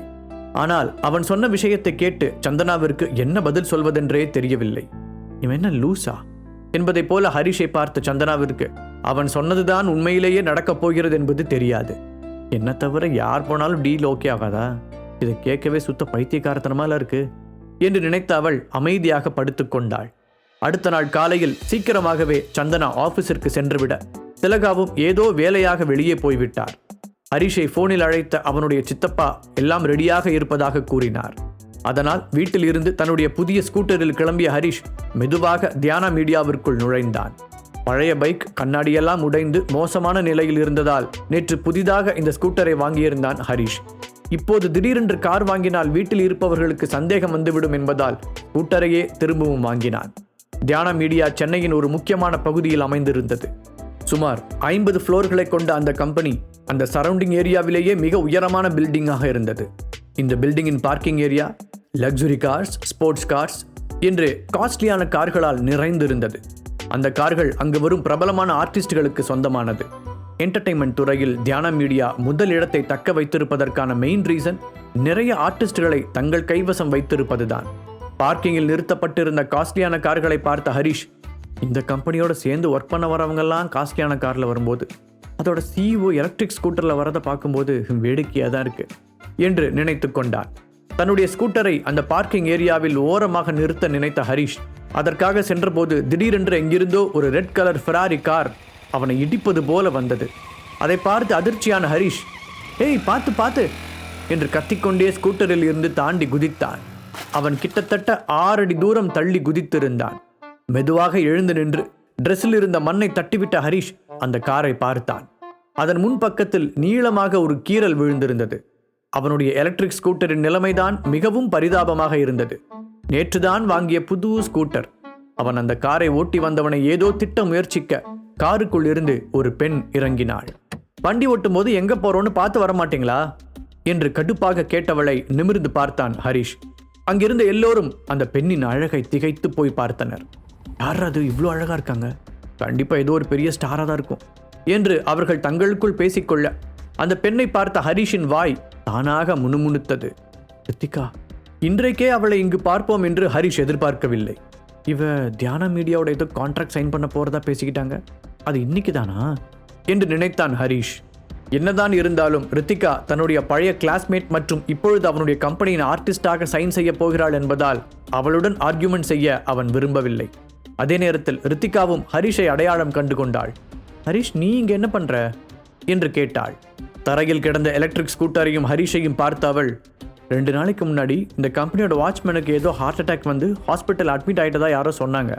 ஏதோ ஒரு யங்ஸ்டர் தான் இப்போ இந்த வேலைக்கு போட்டிருக்கிறதா கேள்விப்பட்டேன். ஒருவேளை அது ஹரிஷா இருக்குமோ என்று நினைத்தவள் ஹரிஷை இளக்காரமாக பார்த்தாள். ரோட்ல வண்டி ஓட்டும் போது கவனமா 2 சைடும் பார்த்துட்டு ஓட்டணும்னு தெரியாத ஹரிஷ், இப்போ உன்னால என்னோட கார் எவ்வளோ டேமேஜ் ஆயிருக்குன்னு பாரு, அதை சரி பண்றதுக்கு முதல்ல உன்னால காசு கொடுக்க முடியுமா என்று கோபமாக கேட்டாள். அது அவளுடைய புத்தம் புதிய கார். இன்றைக்கு தான் முதல் முறையாக அவள் அதை ஓட்டிக்கொண்டு வந்திருந்தாள். முதல் நாளே இப்படி ஆகியிருந்தது. அந்த ஆத்திரத்தை ஹரிஷின் மீது காண்பித்தாள். அவள் சொன்னதை கேட்ட ஹரிஷ் புருவத்தை சுருக்கினான். என் மேல கார் கொண்டு வந்து விட்டது நீ, இப்ப என்ன தப்பு சொல்றியா என்று அவளை பார்த்து கேட்டான். அப்போது அங்கு திடீரென்று ஒரு புதிய ஆண் குரல் கேட்டது. என்ன நடந்துச்சு, ஏன் இவ்வளவு கூட்டமா நிற்கிறீங்க என்று கேட்டுக்கொண்டே ஒருவன் வர அதுவரை சுற்றி நின்று வேடிக்கை பார்த்து கொண்டிருந்தவர்கள் வேகமாக விலகி அவனுக்கு வழிவிட்டனர். முழு கதையையும் கேட்டு மகிழ பாக்கெட் FM ஆப்பை டவுன்லோட் செய்யுங்கள். லிங்க் டிஸ்கிரிப்ஷனில் கொடுக்கப்பட்டுள்ளது.